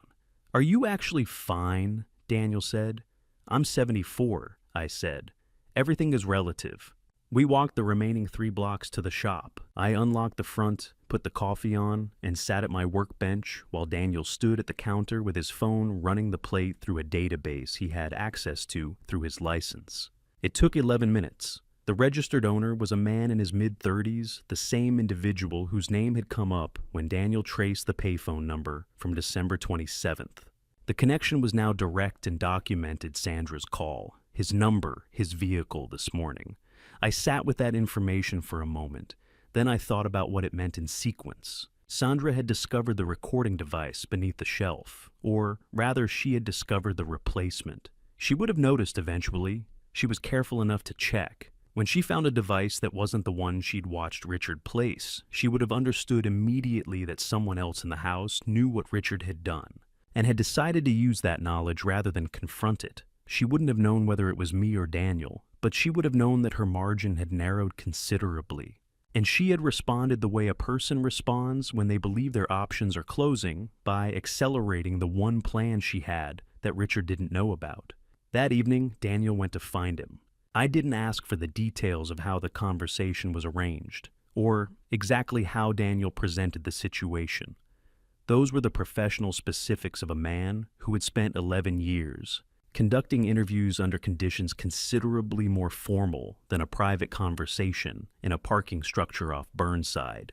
What I knew was that Daniel left the shop at 6 and came back at 9:15, and that when he came back, he sat down and told me that the man had agreed to provide a full account to federal investigators in exchange for Daniel's recommendation that his cooperation be considered in any subsequent proceeding.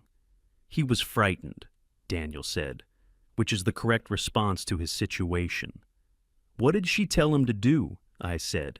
I kept my voice level because some questions need to be asked in a level voice regardless of what you feel while you're asking them. "She told him the old man walked that route every morning," Daniel said. "She told him it just needed to look like an accident. She told him there was an envelope waiting if it worked, and that she'd never met him if it didn't." I looked at the workbench in front of me. The repair piece I'd been thinking about that morning was still sitting where I'd left it, a small brooch, a cameo setting that needed resecuring, nothing complicated. I picked up the appropriate tool and set it down again. "Call your contact," Daniel said. Not a question. I went to the back room and picked up the landline. The number I dialed was one I had committed to memory 15 years ago, during a period when Whitfield Gems had been involved peripherally and entirely legitimately in helping federal investigators identify a network of fraudulent estate jewelry that had been moving through the Pacific Northwest. The agent I had worked with then had since risen considerably in the organization, which was either a good sign or a complicated one, but either way his direct line still connected. He picked up on the third ring. I told him what I had. Not everything, just the architecture of it, enough for him to understand the scope and the timeline and the category of offenses involved. Wire fraud, mortgage fraud, a court filing that misrepresented material facts, a documented attempt to arrange an incident involving a property owner, a cooperating witness already in hand. He was quiet for a moment after I finished. Then he said, "Give us 3 weeks." I said, "You have exactly that. 3 weeks. I had 3 weeks to make sure there was no room left for doubt. In my work, the final stage before a piece is complete is often the most demanding, not because the remaining steps are technically the hardest. By that point, the hardest decisions have already been made, but because the margin for error has narrowed to almost nothing, and every choice carries the weight of everything that came before it. You move slowly. You check twice. You do not rush what cannot be undone. The 18 days between January 10th and the 28th felt like that. Daniel spread everything across the work table in the back room of the shop, the one surface large enough to hold what 18 months of careful work had accumulated. I had closed early every day that week and pulled the front blinds, and in the particular quiet of Whitfield Gems, after hours we went through it piece by piece. The financial records came first. 18 months of transaction data from 4 intermediary accounts connected to Richard's property development partnership funds, moving in carefully sized increments, none large enough individually to trigger automated review, all of them tracing back with enough diligence to the same source. The total across 3 years, $380,000, moved in a pattern consistent with laundering the proceeds of wire fraud under 18 U.S.C. Section 1956. Daniel had the original account documentation, the transfer records, and a forensic summary prepared by a financial analyst he had worked with before, a woman who had spent 12 years at the IRS before moving to private practice, and who, Daniel said, had reviewed the numbers twice and described them as unambiguous. The mortgage filing came next. The documents from Multnomah County, the application, the forged signature. The loan precedes the lien recorded against Whitfield Gems without my knowledge or consent. Daniel had obtained certified copies from the public record. The original signature comparison would be done by the FBI's own document examiners, but Daniel had already had a handwriting analyst review preliminary photographs. The assessment was clear. Then the trust documents. Noah's Irrevocable Trust had been established in 2019, funded initially with $200,000 and grown since through careful management. An irrevocable trust, as the name states, plainly cannot be modified or drawn from without the consent of the trustee in this case. A trust officer at a Portland institution who had been appointed at the time of establishment and had no record of authorizing any withdrawal. The withdrawal of $140,000 over 14 months had been authorized by a signature that was not the trustee's. Richard had needed the money and had found a way to take it that he apparently believed would go unnoticed until it no longer mattered. It had not gone unnoticed. That one, Daniel said, setting the trust file on top of the stack, is the one that will matter most to a jury. I understood what he meant. Wire fraud and money laundering are financial crimes, significant, prosecutable, but abstract in the way that numbers on a page are abstract. A grandfather's trust fund for his 10-year-old grandson, drawn down by forgery over 14 months, that is not abstract. That is a story a jury can hold in their hands. The last piece of evidence was the one Richard had provided himself. The recording device he had placed beneath the shelf in my living room, the one Daniel had replaced with the timer from the utility drawer, had been running for 6 days before Richard retrieved. In those 6 days, it had captured 3 phone calls Richard had made from the living room when he believed the house was otherwise empty. One of those calls was to Mitchell Hale. In it, Richard discussed the December 30th declaration referred to Sandra, using language that described her role as primary and his as peripheral, and mentioned, in a lowered voice near the end of the call, that the situation with the old man may require a different resolution than we originally discussed. Oregon is a 2-party consent state. Recording a private conversation without consent is a criminal offense. But Richard had placed that device himself in my home without my consent, and I had done nothing more than preserve what it captured. My attorney, whom I had quietly consulted by phone in the second week of January, confirmed that the recordings were usable. The device was Richard's, the placement was Richard's, and the conversation had occurred in my residence. Whatever evidentiary complications might arise, they were Richard's complications to manage. We met the FBI on the afternoon of January 25th, a Sunday, at a small commercial office suite in a building on Southwest Broadway that I suspected was used for exactly this kind of meeting and nothing else. The agent I had spoken to on the phone was there along with 2 others. Daniel brought the files in a document case. I brought the recording device in a sealed envelope. The meeting lasted 2 hours and 40 minutes. Mostly they asked questions and Daniel answered them, and I answered the ones that required me. At the end, the senior agent, the one I'd spoken to 15 years ago, who looked considerably more tired than I remembered, told me they had enough. "We'll need a few days for the warrant process," he said. "Federal judge, probable cause, affidavit, the standard procedure." I said I understood. On the evening of January 29th, he called the shop's landline. The warrants had been signed. The operation was scheduled for the 31st.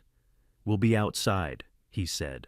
"When you're ready, when everyone is in the room and the recording is running, turn on the porch light. We'll come in on that signal." I said I understood. After I hung up, I sat at the workbench for a while, in the quiet of the shop after closing. The streets outside were dark and wet, the way Portland streets are in January, the streetlights making the pavement shine in a way that looked like something else entirely. I reached to the shelf behind the reference books and took down the small box. I set it on the workbench and opened it and took out the rough diamond in its square of dark velvet the stone Henry Cross had handed me in a paper bag 25 years ago. The one I had never cut, the one I had looked at many times and always put back. I held it under the bench lamp. The light moved through it in the irregular, diffuse way it moves through an uncut stone, not the clean display of a finished piece, but something more fundamental than that, potential held in an imperfect form, waiting for the decision to begin. I wrapped it carefully and put it in my jacket pocket. The porch light. 2 days. If you've made it this far, the evidence is handed over. The warrant is signed, and George has 2 days left. Drop a comment and tell me what you think happens next. I want to know where your mind is right now. One thing before we continue the next chapter contains some fictional elements shaped for storytelling purposes. Not every detail reflects reality exactly as it happened. If that's not for you, no pressure at all, but if you're staying, I promise it's worth it. 2 days, 1 signal, 1 dinner that changes everything. I made pot roast. That detail might seem small, but it isn't. Pot roast was Margaret's recipe, 3 hours in the oven, carrots cut thick. A splash of red wine in the braising liquid that she always insisted made a difference, even though neither of us could ever identify exactly how. I hadn't made it since November 2022. Standing at the counter on the morning of January 31st, peeling carrots over the sink, I thought about that. Not about what was going to happen that evening, just about the carrots. Noah came by at noon. I'd asked him to come early, told him I needed help setting the table. He knew something was different, kids always do, but he didn't ask. He folded the napkins into rectangles the way Margaret used to, not triangles the way most people do, and placed each fork with the same deliberate care she had. When he finished, he looked at the table for a moment, then looked at me. "Do you want me to stay in my room tonight?" he asked. "Yes," I said. "I'd appreciate that." He nodded. No argument, no questions. He took his plate to his room at 5 o'clock, closed the door quietly, and I didn't hear another sound from him all evening. That boy. He always understood more than I gave him credit for. Daniel had been in the house since that morning. He sat in the living room with a cup of coffee and a folder he didn't open, positioned in the armchair that faced both the hallway and the front door. He wasn't hiding. If anyone asked, he was a friend staying while his apartment was being painted. We had discussed this. Nobody would ask. Richard and Sandra arrived at 6:15. Mitchell Hale came 12 minutes later alone, carrying nothing but his coat. He looked around the room the way he always did, cataloging, assessing, and then settled into the chair at the far end of the table with the ease of a man who believed he still held some advantage. The dinner was, for a while, almost normal. I served the pot roast. I poured water. I asked Richard about a property near Lake Oswego he'd mentioned in November, and he talked about it for several minutes with the practiced fluency of someone who has rehearsed the answer many times. Sandra ate quietly, her fork moving in small, controlled motions. Mitchell Hale complimented the food twice. Both times I thanked him. By 7:30, the plates were mostly empty. I set down my fork, picked up my water glass, took a slow sip, and placed it back on the table. Then I reached under my side of the table and set two things on the surface: a small recording device, the same one I had retrieved from the living room shelf 3 weeks ago, and a manila folder, thick enough to matter. The table went quiet. "Before we talk about the future," I said, keeping my voice level, "I'd like everyone to hear something first." Mitchell Hale's eyes moved to the recorder. Richard's jaw tightened almost imperceptibly. Sandra looked at her plate. I pressed play. The first recording was from early January, a coffee shop on Southeast Hawthorne, ambient noise, underneath the kind that makes a voice carry in a particular way. Richard's voice was clear. Mitchell Hale's was clearer. The conversation covered in practical and unhurried detail how to restructure a set of documents to place the primary liability for a series of financial decisions onto a third party. The third party was Sandra. Neither man mentioned her by name, but the framing was specific enough that no one at the table had any doubt. Sandra looked up from her plate. She looked at Richard. Richard did not look back. The recording ran for 4 minutes and 17 seconds. When it ended, I did not speak immediately. I let the silence do its work. Then I opened the folder. "These are certified copies," I said. "Multnomah County Records bank filings and an irrevocable trust document for a minor beneficiary. The trust was funded with $200,000. $140,000 of that was withdrawn 14 months ago using a signature that wasn't mine and wasn't authorized by any court." I set the folder in the center of the table. "There's also a log," I continued, "a phone number traced, a name connected to that number, and a statement signed and witnessed from the individual whose cooperation was arranged in exchange for federal consideration." I looked at Mitchell Hale directly. He had the expression of a man calculating how many exits a room has and finding fewer than he'd hoped. "The driver," Sandra said. It wasn't a question. "The driver," I confirmed. The room was silent for a long moment. The kind of silence that has weight. I stood up slowly the way a man of 74 stands up from a table deliberately without hurrying and said, "I needed to get more water from the kitchen." It was true. My glass was empty. I walked to the kitchen, filled the glass at the tap, and on my way back through the hallway, I reached over and pressed the switch beside the front door. The porch light came on. I returned to the table, set down the glass, sat back in my chair. We waited, 30 seconds perhaps less. The front door opened, not from the inside, from the outside. Two figures stepped through the threshold, their credentials already in hand, their voices calm and professional and carrying the particular authority of people who have paperwork to support everything they are about to say. They identified themselves to the room. They explained why they were there. They were polite. They were thorough. I sat in my chair and watched. On the table between the recorder and the folder and the half-finished glasses of water, the pot roast had gone cold. Margaret always said it reheated well. They brought Richard out first. I heard the front door open from where I was still sitting at the dining table. 2 sets of footsteps on the porch, then the sound of a car door. Sandra came a few minutes later. I didn't watch. I kept my eyes on the table, the water glasses, the recording device, the folder, the cold food no one had touched in the last hour. Mitchell Hale had already been escorted to a separate vehicle before the others, which was how these things worked when the charges involved different jurisdictions and different attorneys. The clock on the mantel read 9:47. Daniel stood in the doorway between the living room and the dining room, his hands in his jacket pockets, watching the street through the front window. He said nothing. There wasn't much to say at that point. Then I heard the stairs, not all at once, just the second step from the top. The one that had creaked since 1987 and that I had never gotten around to fixing because Margaret said she liked knowing when someone was coming down. One careful step, then another. Then Noah appeared at the bottom of the staircase in his socks and the gray sweater with the frayed cuff that he refused to let me replace. He looked at me.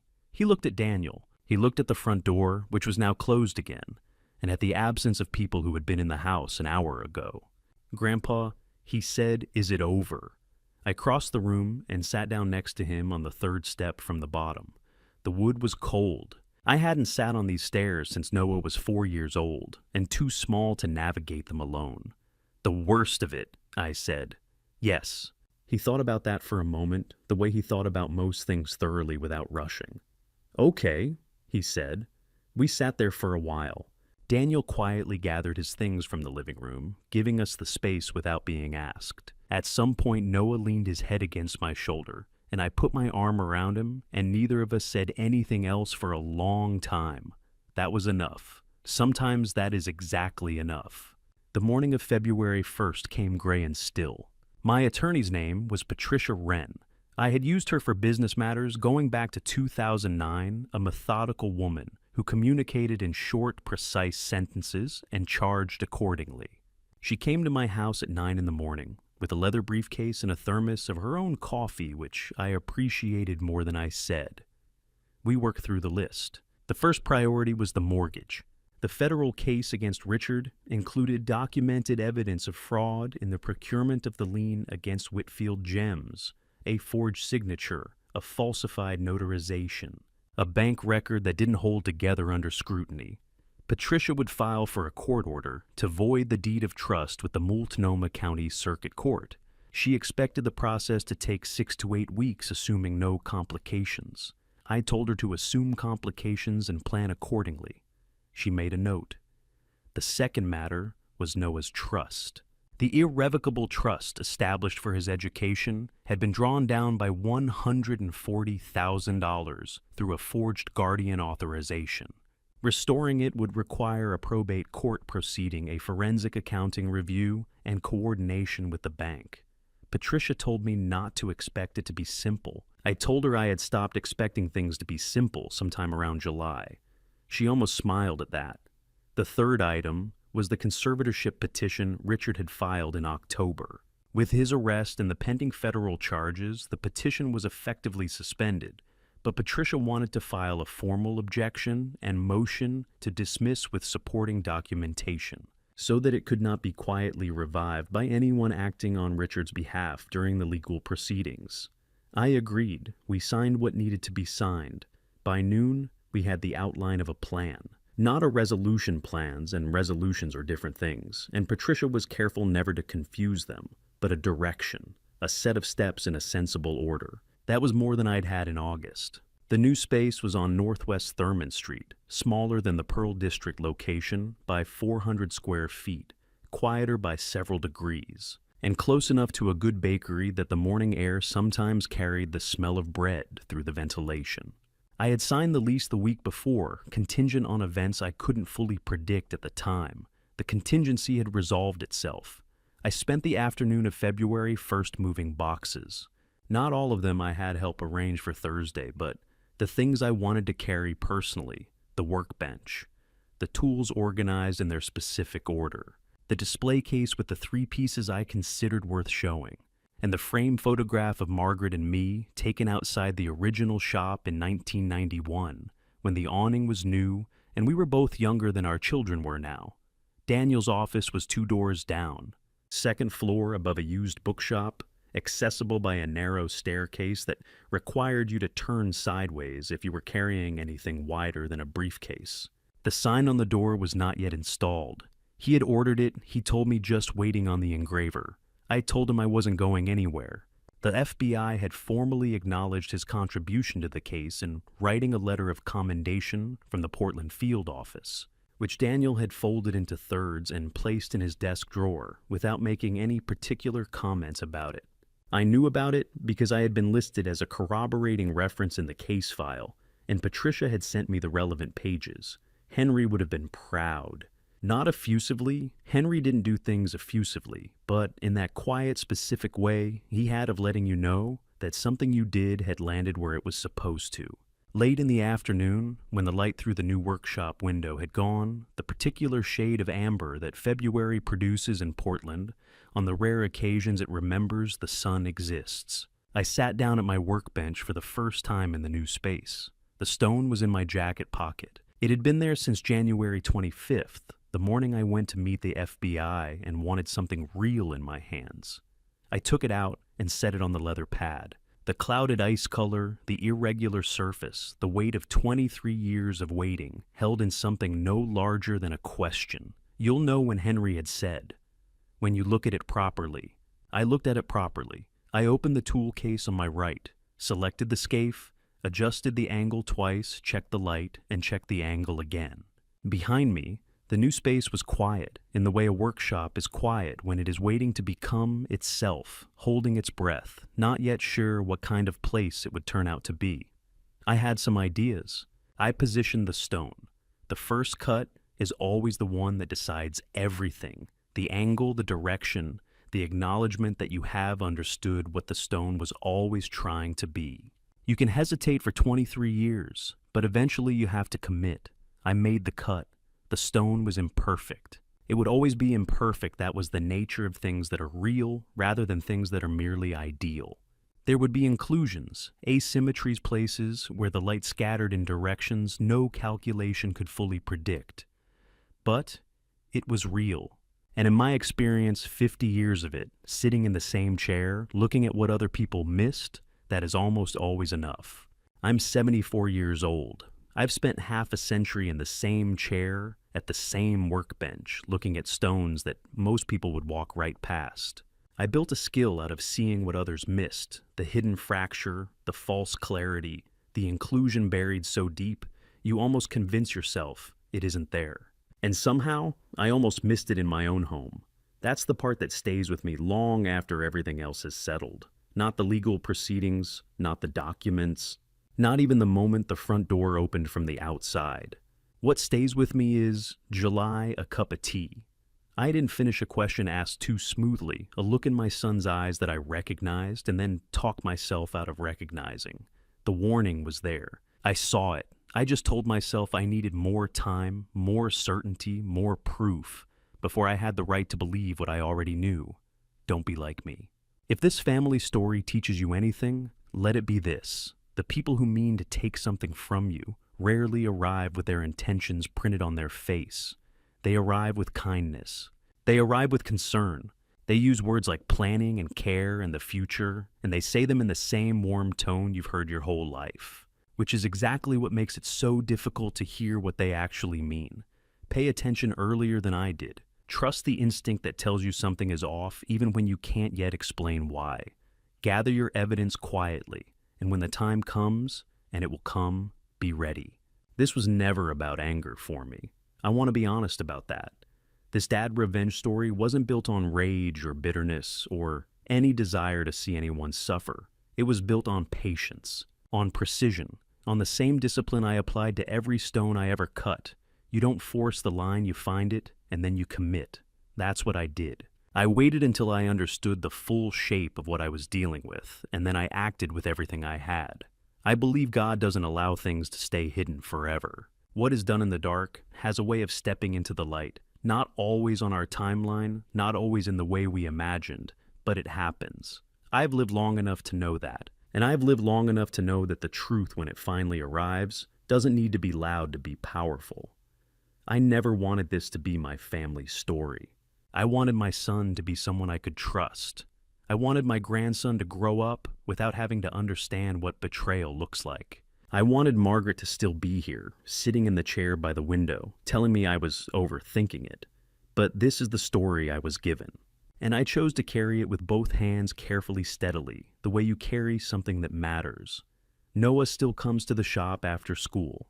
He still sits in the same small chair in the corner. And last Tuesday he looked up from his sketchbook and said, without any particular context, "Grandpa, I think you're pretty good at your job." I told him I was still learning. That's the closest thing to peace I know. Thank you for staying with this story all the way to the final page. It means more than I can say. Now, I want to hear from you. Leave a comment and tell me, if you were in George's position, would you have waited? Or would you have acted sooner? What would you have done differently? Every perspective matters, and I genuinely read what you share. If this dad revenge journey resonated with you, if it made you feel something real, consider hitting subscribe so you're there when the next story begins. There's always another diamond waiting to be found. One honest note before you go. While the story draws from authentic human experiences surrounding betrayal, family story dynamics, and the quiet strength it takes to face injustice, certain details and scenes have been shaped for storytelling. If this isn't the kind of content that speaks to you, that's completely okay. Explore what does. But if it did speak to you, I hope it said something worth hearing.